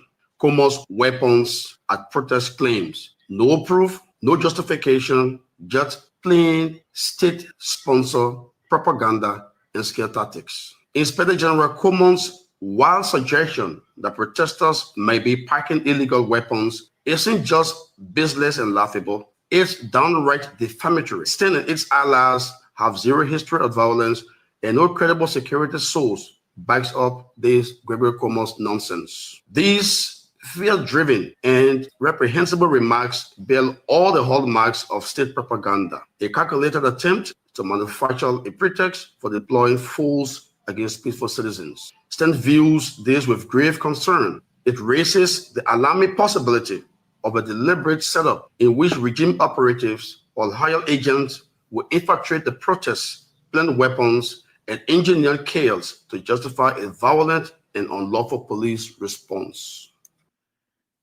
Jesus, God in heaven is a sighted God. Don't be afraid. Those of you who are pastors and you are in the opposition, listen to this. Don't be afraid. Don't be ashamed. Don't hide your identity. God takes side. It is not possible. There isn't a single person from the very first day God created a war who is neutral. God himself takes side. God is not neutral. God is not exclusively religious. Don't be ashamed. Don't hide your identity. They are not hiding their identity. They're proud because they are in the ruling establishment. They call them to programs to give the invocation, benediction, to do other things. They are proud. They are relaxed. They feel comfortable. They feel they are on the right side. You equally on the right side. Don't pretend to be neutral. Then it will bring out your sycophancy. When you pretend to be neutral, it brings out sycophancy. Time reveals sycophancy. Don't be neutral. Don't pretend to be neutral. If you are in the opposition, be proud of your opposition life. If you are in the ruling establishment, be proud of it. Everybody can be the same place. Everybody can go on the same side. Everybody will have to take a side If you are an opposition pastor, don't be afraid. Expose yourself, speak out. Nothing going to happen to you. If people don't want you to go to your church or their church, God will create opportunities. If they tell you that pastor are not to engage in politics and you engage in politics, so they see you as being irresponsible pastor, thank God. That's the same thing that God said they will prosecute you for this, for that. But what did he say? He said, for my name. You're not doing it for any pastor to satisfy any pastor. You speak out because you see the injustices that are happening. You see the wrongdoing. You see corruption. You see all of those things, and they are affecting you as well as your family and your external relatives. And you are the person who can speak out because you are the voice. Don't look at yourself and say, because I am pastor, I am not to engage in politics. No, politics affects you every day. You need to go back to that presentation or the introduction of AB's show last night so you get it and stick that in your head. There's no way you can be involved, the curse of it, but it affects you on a daily basis. Everywhere, some of you engage into real political stuff and you even know. Most of you pastors, you're engaged into political gatherings and you even know that you're engaging into political gathering because you stick this whole thing called religious stuff in your hair so much so that you can differentiate, you can discern. You're not analytical. Politics in your house as a pastor, politics in the church. The Bible is political. The Bible is all disciplines, all facets of life. The Bible is not exclusively religious.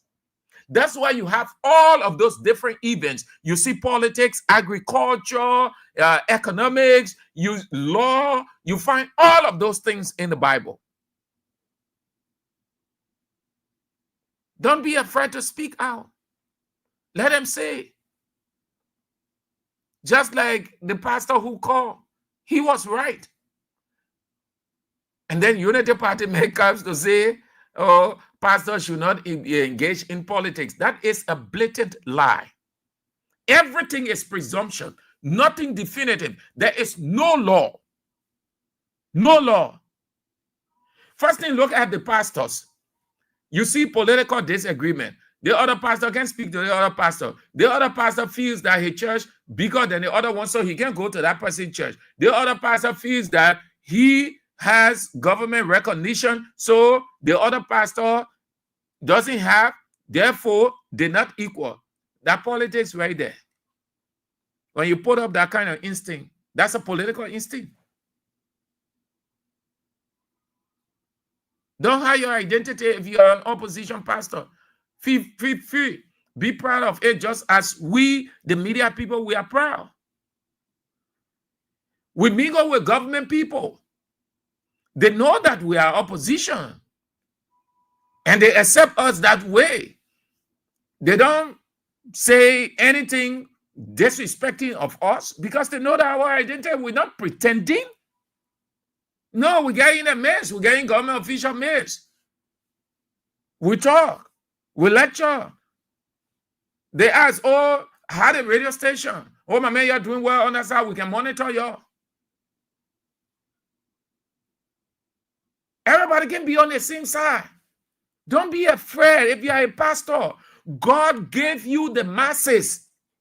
Just as Jesus had the masses.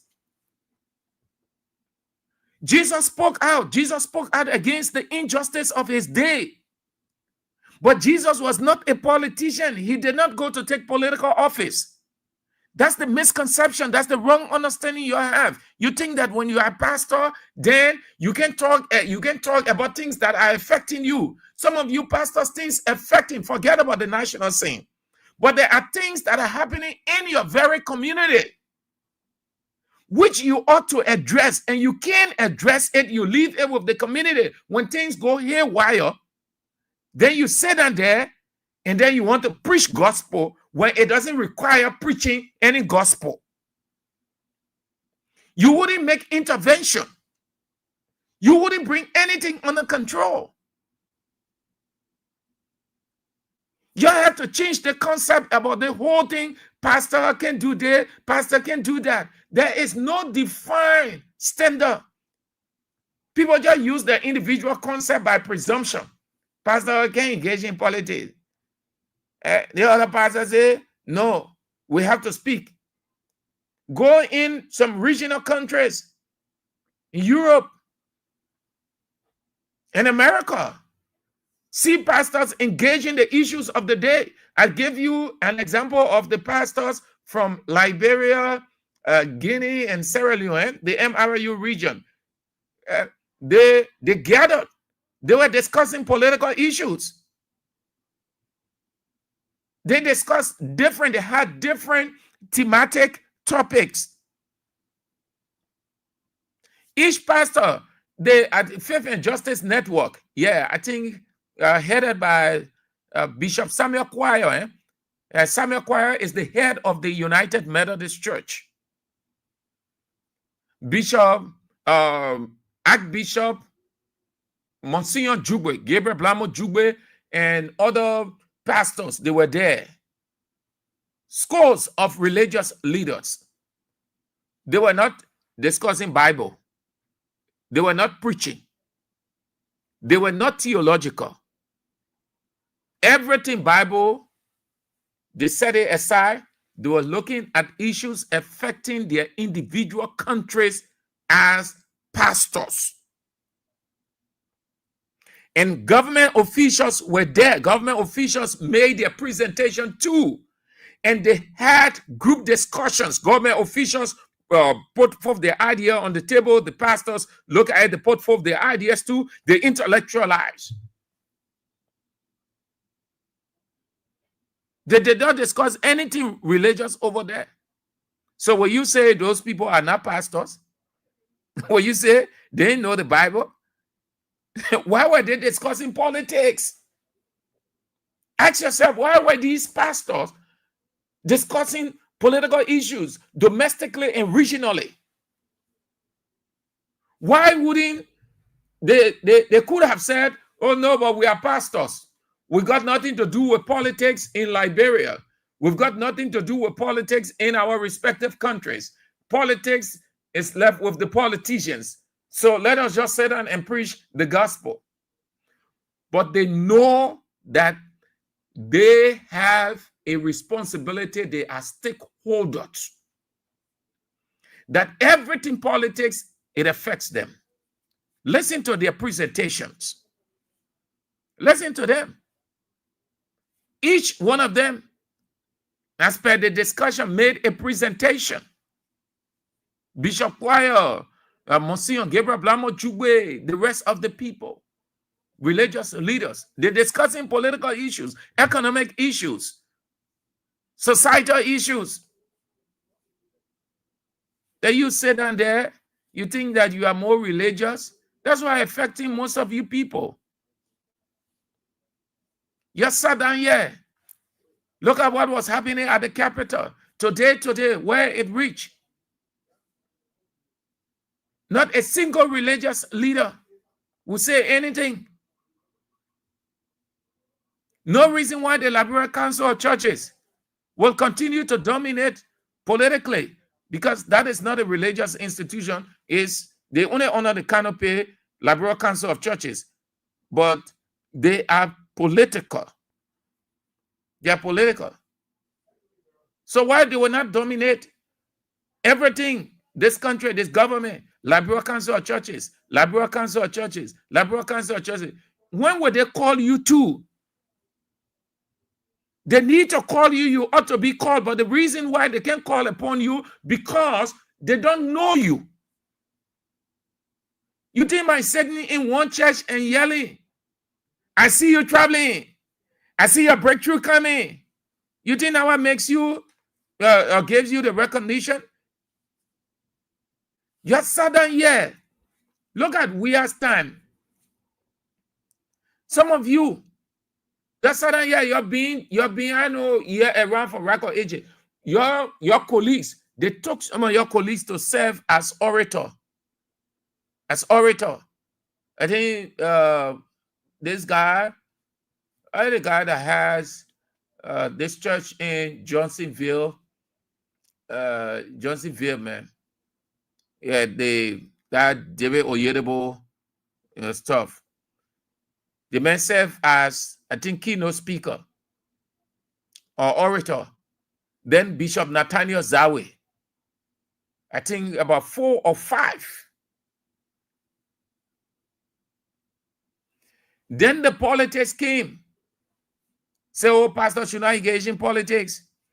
Oh, pastor should not engage in this. Because they saw their colleagues being called to deliver a address.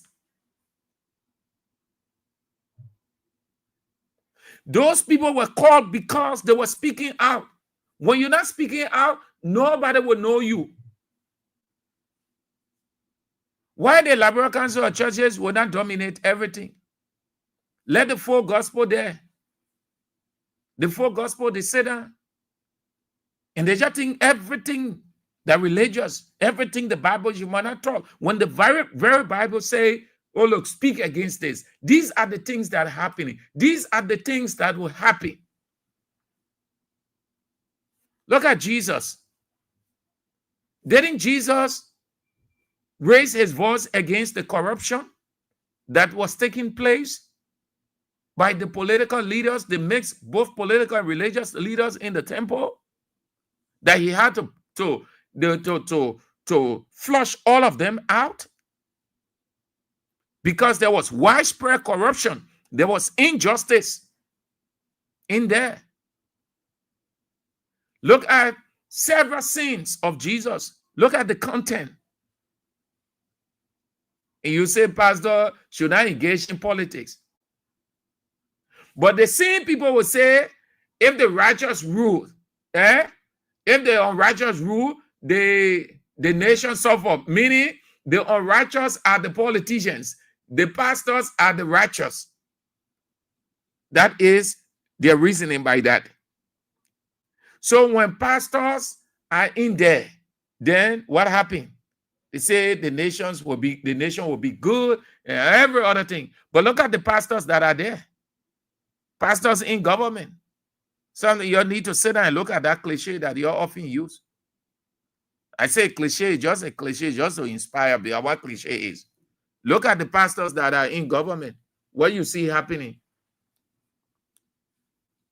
The koto in the political power, as my grammarian would say, koto means to agree to get involved in any meeting. It can be public, it can be secret. To get into anything. And they're sitting down there, they're enjoying themselves. They can talk against anything. And they're supporting all of the wrongdoings. But they are pastors now. And you say when the righteous rule, the nation is okay. When the unrighteous rule, then the nation suffer. And that's why I say, which means the pastors now are the righteous ones. So we have righteous pastors. We have pastors in government. So what's happening with the nation now? The pastors sat down over there, government. They saw what was happening. They saw how people, the police beat people. They saw how all of those bad acts happen. Did they say anything? Did they open their mouth? And they were supporting it? So that statement, you're dropping, man. You don't have to be an elected person or appointed person. You only need to use your pulpit, just as we're using our pulpit. And we're using our pulpit. Our pulpit here called a radio station. Who do we have listening to us? The masses. Tens of thousands of people listening to me right now, watching me. That's the masses. The masses assemble before the pastor. The people listen to one voice called the pastor preaching. Just as the radio station, the people listen to one voice. That one voice you listen to. Sam Andrews. The masses listen to me. I'm talking to the masses. And what I say, by our research, have great impact on the masses, meaning we can sway opinion, we can change people's mindset. We can take the wrong thinking and put right thinking there by telling them the truth. These same people who, the masses that listen to us, the same masses appear before you on Sunday, on weekday. These masses, they are affected directly or indirectly by the decision taken by government. They grow within their hearts. When they sit before you, what you ought to do, you ought to talk about the injustice. You ought to talk about the corruption. You ought to talk about the lack of expenditure. You ought to talk about good governance, because the Bible requires that you speak on all of these things. It will not stop you. No government will chase you out. No pastor will chase you out. Edwin Nepe, we heard that in Charles Taylor time, and we saw it from that day. I can never ever forget about that event. And there is nothing that I hold that man in high respect for but that. Every other thing I do not know, and if he went wrong, but that. Edwin Nepe in this town, as brutal as Charles Taylor was, with all of his militants flooding the streets with different kinds of weapons of all kinds. Edwin Nepe, he was where the guy Ari Lane Bank now. Is it Ari Lane or and I say or Broad Street?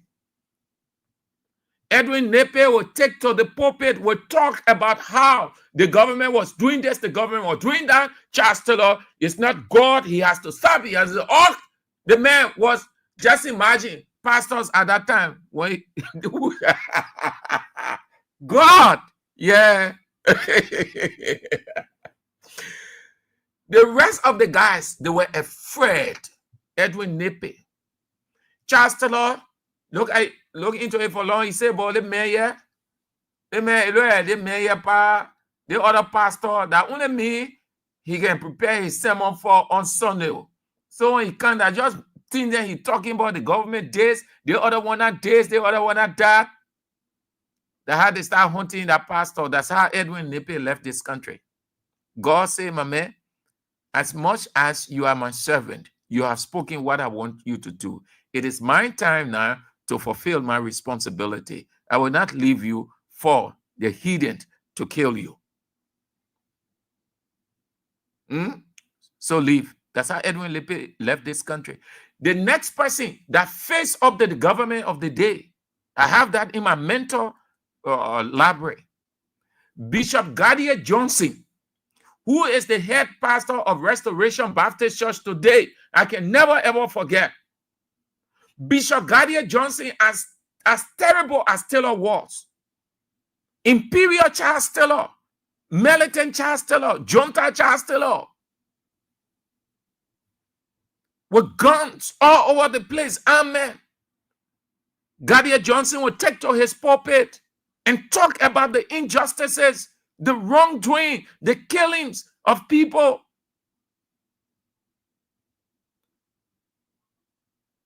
Those who know the story, they know. People were afraid. They said, oh, Charles Taylor was going to kill that man. Today, Gadier Johnson has stayed alive. God said, I will protect you. You will be right here. And you will end this war, and you will be a testimony. You will tell the story. Being a pastor is not softly thing. It's between life and death. What happened with Jesus? Jesus died a martyr. You can be afraid. You drop that illusion that pastors not to engage in politics. No. Pastor ought to speak out that what it is, that what Jesus did, that what Paul did, that what Moses did, Jeremiah, Moses, Amos, Habakkuk, all of those guys, they spoke out. God will send Isaiah to go to the politicians and tell them that this is happening, this is that. Let them stop immediately.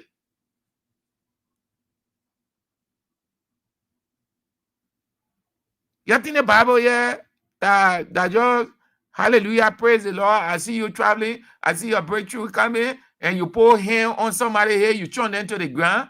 Then say, daddy, daddy, man of God, man of God. That is purely you either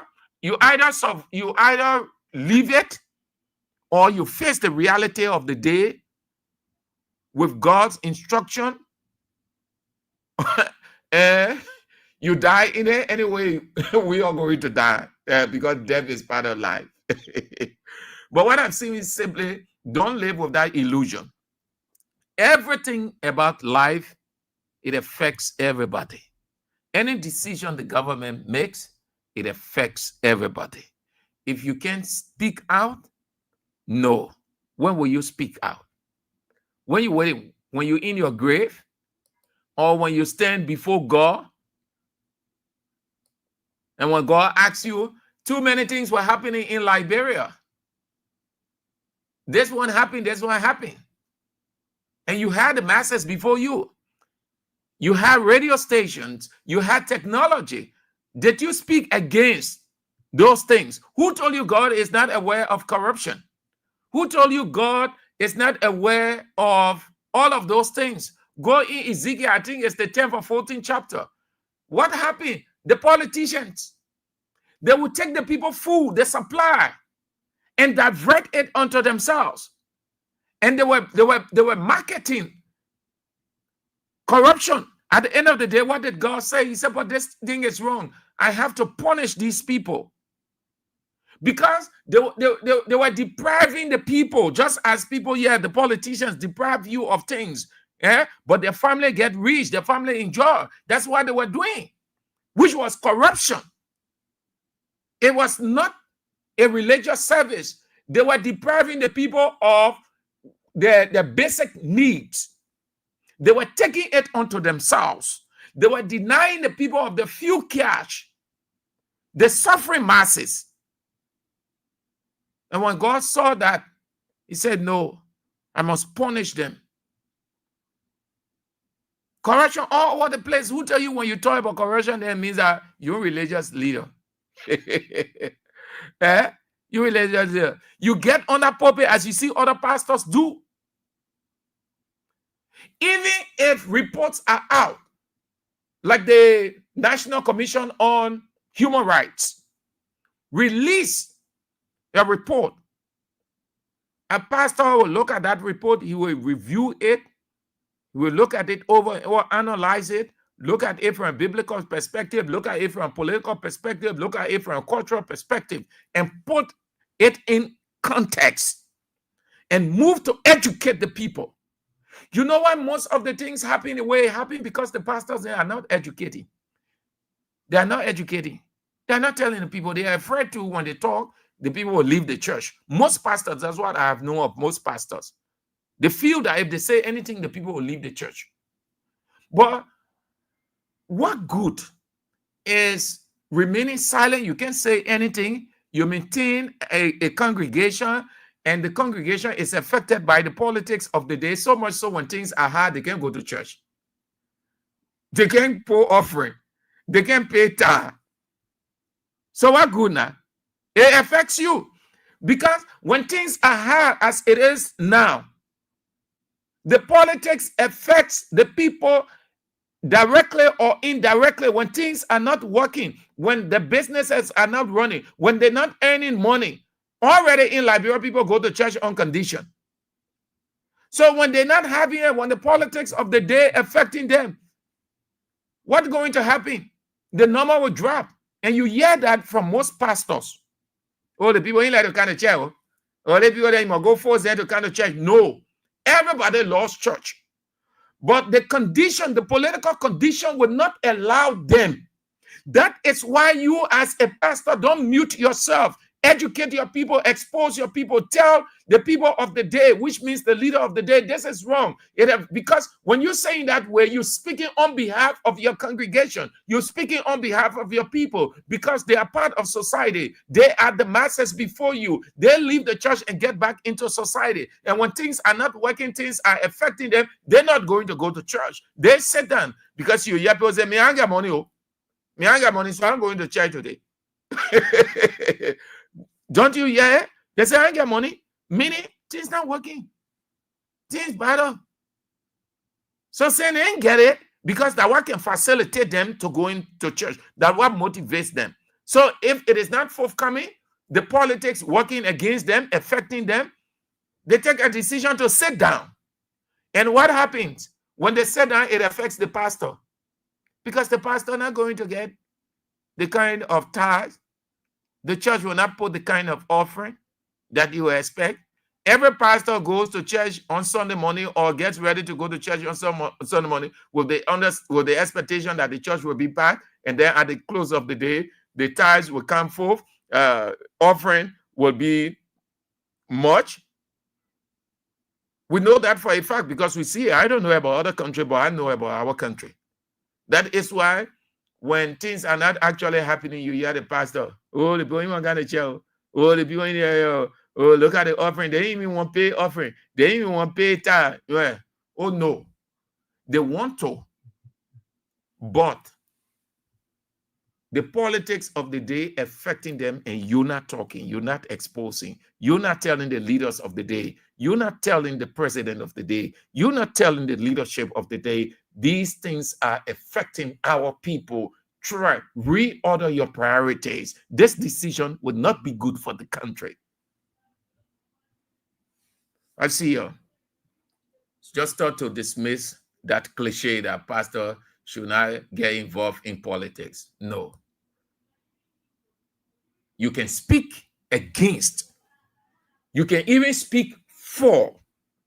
It's different from being a politician. Being a pastor does not stop you from speaking against those wrongs that you see in society, be it political, religious, economic, whatever. It does not stop you. In fact, you are in a good position because you have the masses before you. You have everything available to you, just like the radio station. I'm sitting here talking all of those things. AB comes tonight. He's going to talk about a number of things that are affecting the country and what the country needs to do. He proffers a suggestion going forward.